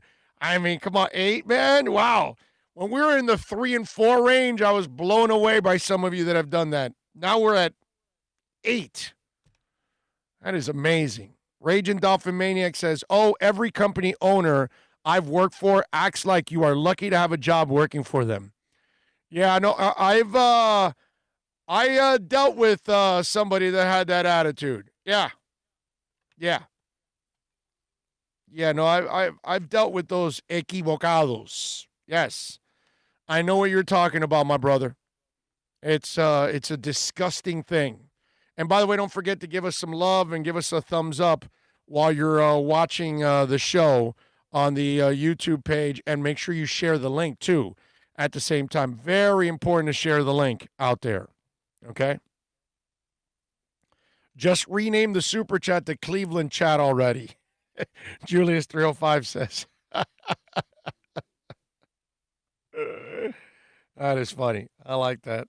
It's pretty accurate too, right? Kenneth in Cleveland is definitely owning it, man. Did you see what Brad Pitt is doing? Yes, actually, I have. And I don't know. What's he doing? 68-year-old dude that owns a bunch of restaurants and whatnot. This is Brad Pitt. Thank you. Okay, Brad Pitt. Let me explain this. This is Brad Pitt. Okay? The guy that can get laid anywhere in the world, the guy that walks into any room and there's 47 women lined up to bang him right there on the spot. Brad Pitt. Okay? All right? Brad Pitt. So Brad Pitt has a girlfriend, and she's a fan of open relationships. She apparently has one with her husband. Nicole Putolarski, 27, has been married to well-known German restaurateur Roland Mary, 68, for 8 years now. The couple has a 7-year-old son, but Mary, who owns the trendy Boccarant restaurant in Berlin and is reportedly on his 4th marriage, doesn't mind his much younger wife dating the hunky Hollywood star. They are still married, but you can describe the relationship as an open marriage. He has been married several times and has 5 children. He is not interested in negativity or jealousy. It appears that Potularski, whose relationship with Pitt, 56, was confirmed last week by Page Six, may have even met the once upon a time Hollywood star at her husband's restaurant last summer. Pitt was there promoting the flick at the time. The Polish-born model flew to Los Angeles a few weeks later, and she and Pitt began hooking up, including for a Kanye West concert in November, according to Page Six. Pitt's hot romance comes as his court battle with Angelina Jolie is heating up. Jolie is trying to get the judge tossed from their divorce case, claiming the jurist hasn't been forthright enough about previous dealings with one of Pitt's lawyers. Pitt's lawyers noted in responding court papers that the judge is one of whom Jolie picked to marry them in 2014. So there you go. Pitt representatives are not, commenting on it. And she's all right. I mean, she's not like this incredibly knockout, oh my God, I got to have her type. She's all right. Nice. But I don't know, dude. It's like if there's a 68-year-old car being parked in that garage, I don't know if I want to, back up that 68-year-old car. I'm just saying. It's kind of weird, and plus if you're open, so then are you having sex with a condom? Or are you going raw after the old man's going raw? And since they're open, is the old man banging anything else too? I don't know. It's weird. It's just like, this is Brad Pitt, bro. Like, Every man in the world strives to be the Brad Pitt and the Denzel Washington and the George Clooney, and I'm trying to think of these guys that are just like automatic for women, like worldwide, you know? Like they just kill themselves for these guys. You know, every guy wants to be that because you know how women react to them. And he's going to pick somebody that is banging a 68-year-old and married with him? Maybe she's a freak. No, obviously she's a freak. No, but I'm saying that, like, she's really good and she's a freak. You can't get enough. Yeah, but you already knew she was married. You already went into it knowing that information. That kind of bothers me. Does Brad Pitt ask each girlfriend, what's in the box? What's in the box? Kenneth in Cleveland says, man of 1,000, come on over. I got you covered always. Got what you need in the boom boom room. Pat in Asheville says, sounds like she's upgrading to a newer used car.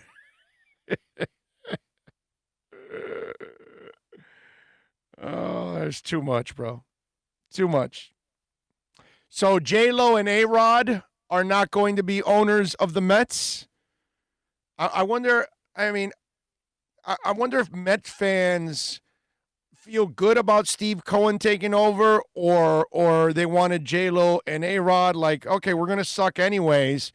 You know, bring me a fine owner at least. I can look at her when she comes out to the press conferences. Would J-Lo have handled any press conferences? I doubt it, right? But it would have been good. So the couple, by the way, was in a serious battle with hedge fund billionaire Steve Cohen to buy the team from the Wilpon family, but they officially dropped out of the running on Friday night. Alex and I are so disappointed, Lopez said in a statement. We worked so hard the past 6 months with the dream of becoming the first minority couple and the first woman owner to buy her father's favorite Major League Baseball team with her own hard-earned money. We still haven't given up. J-Lo and A-Rod have put together an ownership group which includes sports drink billionaire Mike Repole and NFL stars Travis Kelce and DeMarco Murray. The group issued a statement saying the consortium led by Alex Rodriguez and J-Lo has informed the Mets they're no longer pursuing the acquisition of the team. The consortium said they are disappointed to not be a part of the revitalization of New York City and provide an exhilarating experience for the fans and wish the Wilpon family and the entire Mets organization well.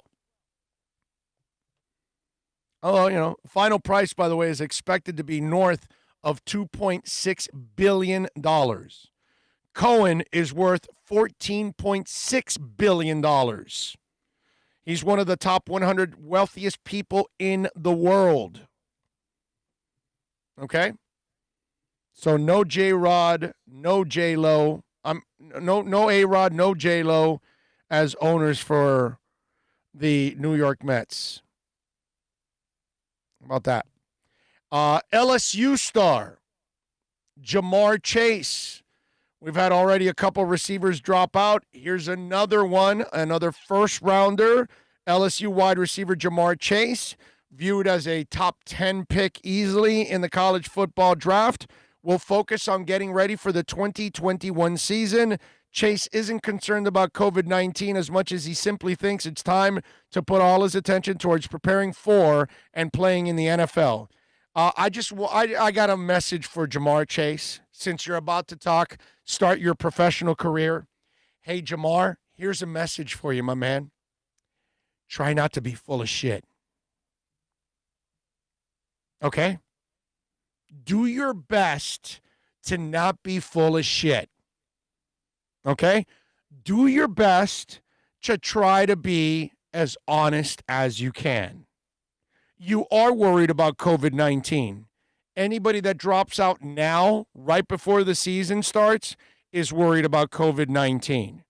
Why? Because every other year you had to give your name in months ago to drop out. And if that was the case, you would have dropped out months ago when you had the opportunity, and you'd have said, hey, I'm not coming back anyways. I'm gonna forego my senior season and get ready for the draft, and you didn't. That tells me that this is all about COVID. Agents got to you and said, "Kid, did you see this guy at Georgia State? He's got an enlarged heart."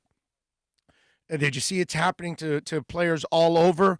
What happens if you get COVID this season and you end up with an enlarged heart? You are no longer a first-round pick. Right now, Jamar, you leave LSU and you're a guaranteed first-round pick without having to play the season. So in other words, playing the season can only hurt you, Jamar. Why are you going to risk it?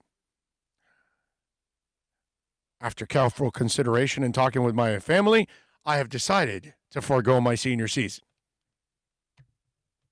Come on, man. I wasn't born yesterday. Okay? So, Jamar, you're a hell of a player, dude. Okay? You're a stud. Just don't BS me and don't tell me it's not about COVID. It's all about COVID because that's all it can be about right now at this point. Has nothing to do with anything else. Now, having said all that, he would look great in a Dolphin uniform. Okay? That's all I got to say. I like the player. He can play, man. No doubt about that. So let me ask you something, Bill. Have you ever been attacked by a polar bear? No, not a polar bear. No? Have any of you out there ever been attacked by a polar bear? I don't think anybody's been attacked by a polar bear and lived to talk about it. But I'm going to give you a way of living to tell this story. I bet you guys don't know how to get away from a polar bear. But this is the show that does enough digging that can help you get away from a polar bear. Okay, so if this is ever happening to you. If you're ever out on a polar ice cap surrounded by polar bears. Yes. That's what you're saying, basically. Yes. Okay. So here's a story. The other day, a polar bear killed a 38-year-old Dutchman who was camping in Norway in the remote Svalbard Islands. I think it's how it's pronounced. Whatever. Many of us would never consider camping there, but more of us are going to the islands. So in the past 5 years, the area has had a spike in Arctic tourism. So as we rush to see the polar bears and ice caps before they disappear forever, polar bears tours in places like Churchill, Canada, are knitted out with mobile viewing units that look elongated tanks, but they are there in many places where tourists and locals can and do accidentally come face to face with the bears that may look cuddly, but they're very deadly. I've been to the Arctic 4 times in Greenland and in Canada, and each time the warning is the same: stay away from bears. However, should you run into one, there are 3 things you can do to protect yourself. Are you ready? 3 years ago, during a vintage air rally across Arctic, I visited an abandoned Air Force base in Blue East 2 on Greenland's rugged east coast. While walking around, I had to carry a bear spray, which is mace for bears. According to several Air Greenland pilots I talked to beforehand, the spray does work. However, when you spray, you have to be close and upwind. Otherwise, it doesn't go so well. Okay? So you need a mace spray for bears, just in case. 2, always carry a gun or travel with somebody who has a firearm. While no one wants to kill a polar bear, you might have to if you want to save your own life. Sick and desperate bears are the ones that often come close to humans. During the air rally, I spent the night in Kulsuk. The day after we left, a half-starved polar bear wandered into town and had to be shot at close range to save several school children nearby. They would have been snacks. This is the way you can get rid of a polar bear. You don't need the mace, and you don't need the gun. Are you ready? Here we go. Now, there's another way you can outrun a polar bear, but according to, word of mouth, they're also easily distractible. Polar bears are very curious, okay? So, to that end, if you ever come face to face with one, back away slowly at first, okay? while peeling off your clothes. One item at a time. The bears are very curious, so they should stop to sniff and perhaps play with each item as they come across it. And leaving that, of course, leaves you free to run somewhere across the Arctic, but naked, of course, but it's there for you. So either you die with your clothes on or you run away naked from the polar bear. Okay? Now it's freezing.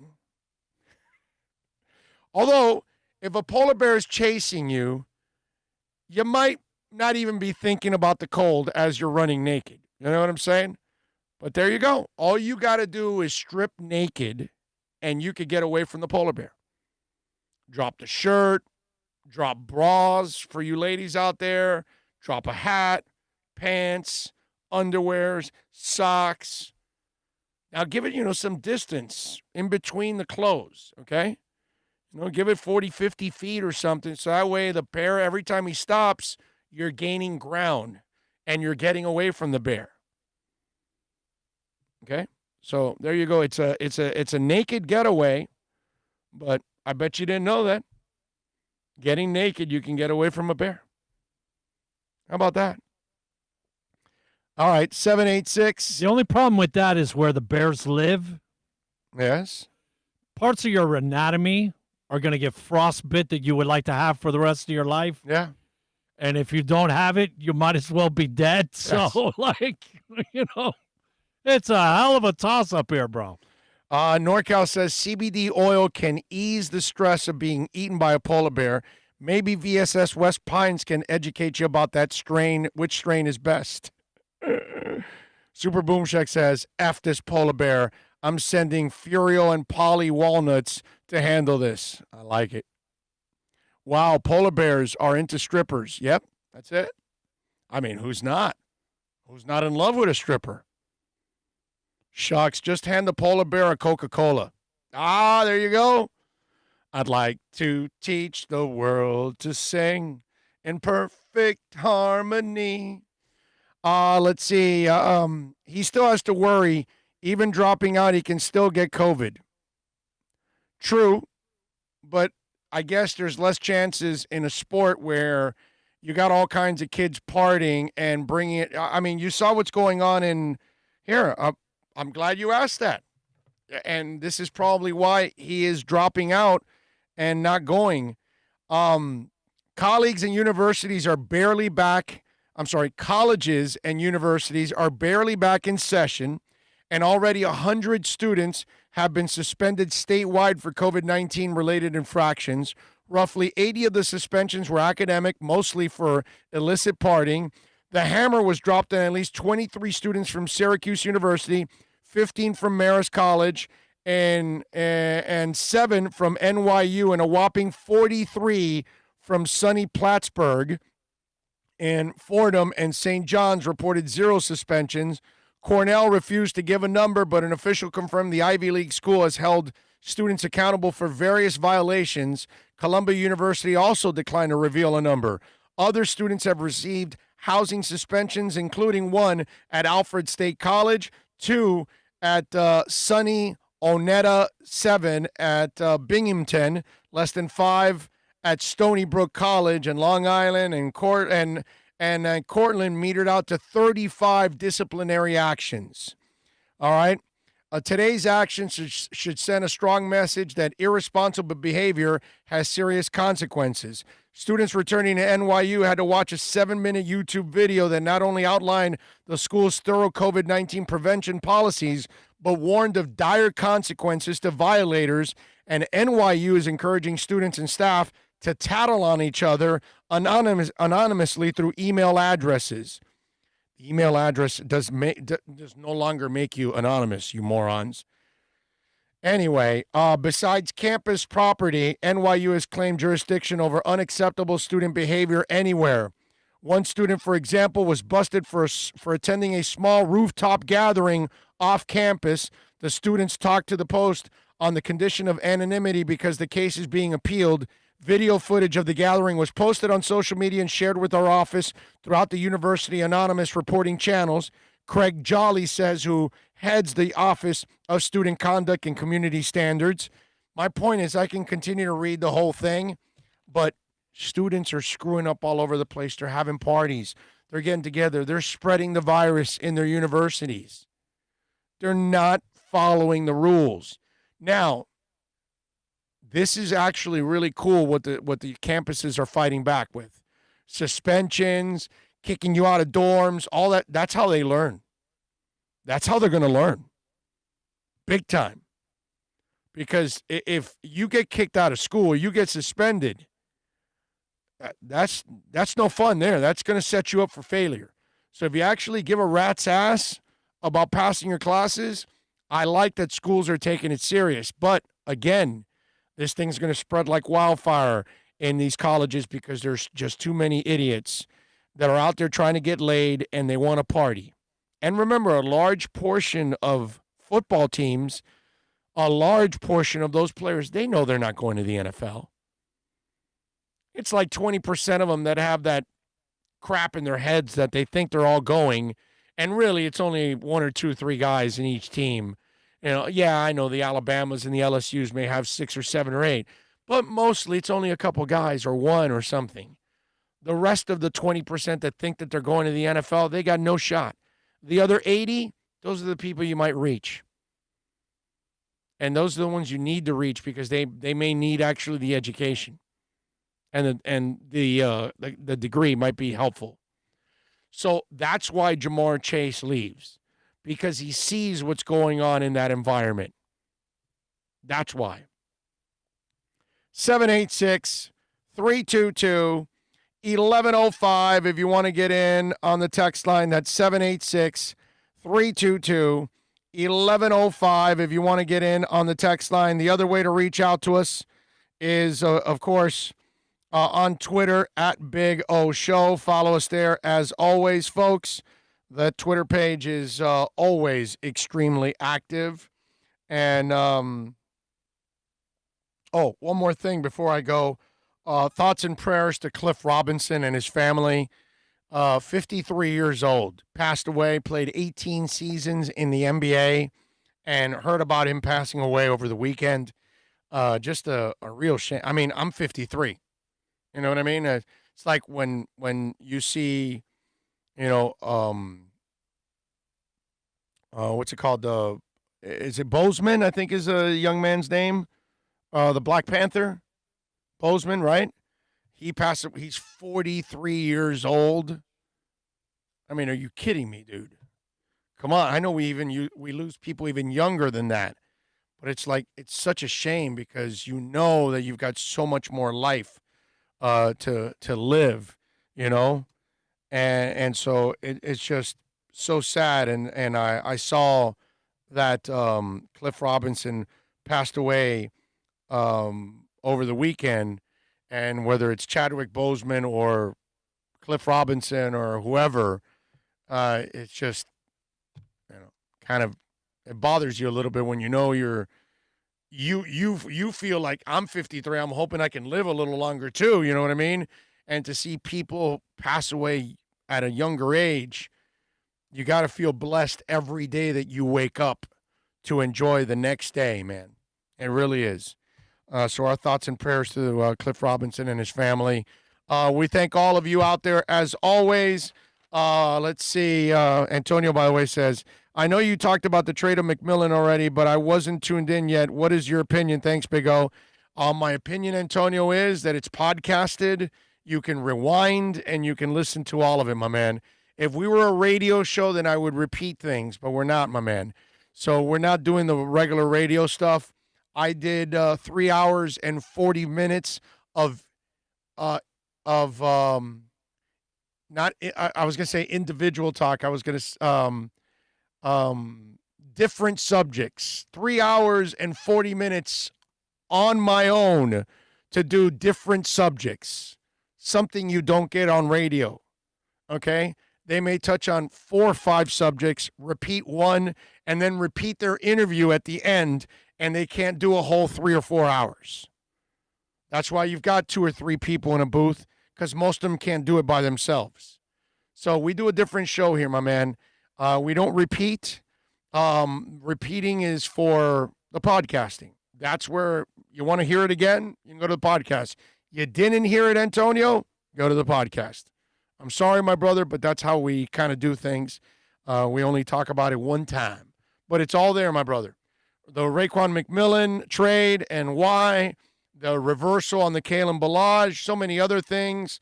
We had Flo, Tua, Rosen's press conferences, broke them all down. So if you're a Dolphins fan, there's a boatload of material out there for you. Let me give love to the folks on the Super Chat. First of all, Kenneth Cleveland busting out with 8 Super Chats today. You're amazing. Julius 305 had 2 of his own today. We thank Josh, John Santos, Jesse Minneapolis, Gus 1388, Cookie Vice, all of you out there for sending in the Super Chats. We love you all for supporting us. Those of you watching, Super Chat. That took guts. We need guts. I told you I can totally Super Chat. So you think you got what it takes? You have no skills. This is permanent. Good job. I'm promoting you. You got a lot of problems, don't you? Take pride in that.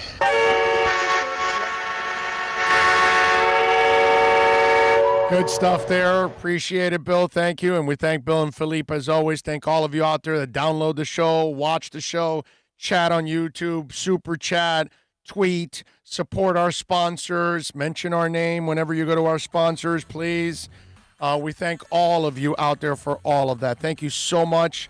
We'll see you tomorrow. Same time, same place, same bat channel. Don't forget. Yes, go Heat. Go Heat tonight. Hopefully we're talking about a win tomorrow morning. Remember, Wednesday, VSS West Pines. Thursday, Toyota of Hollywood. And Friday, we're back to 5 hours of rock and roll, baby. 9 to 11 at Craig's Inn Acura. And then 1 to 4 will be at Hialeah Park. Y'all be good out there. Much love. And catch up with the podcast. Hey, if you're in Dade, we've opened up.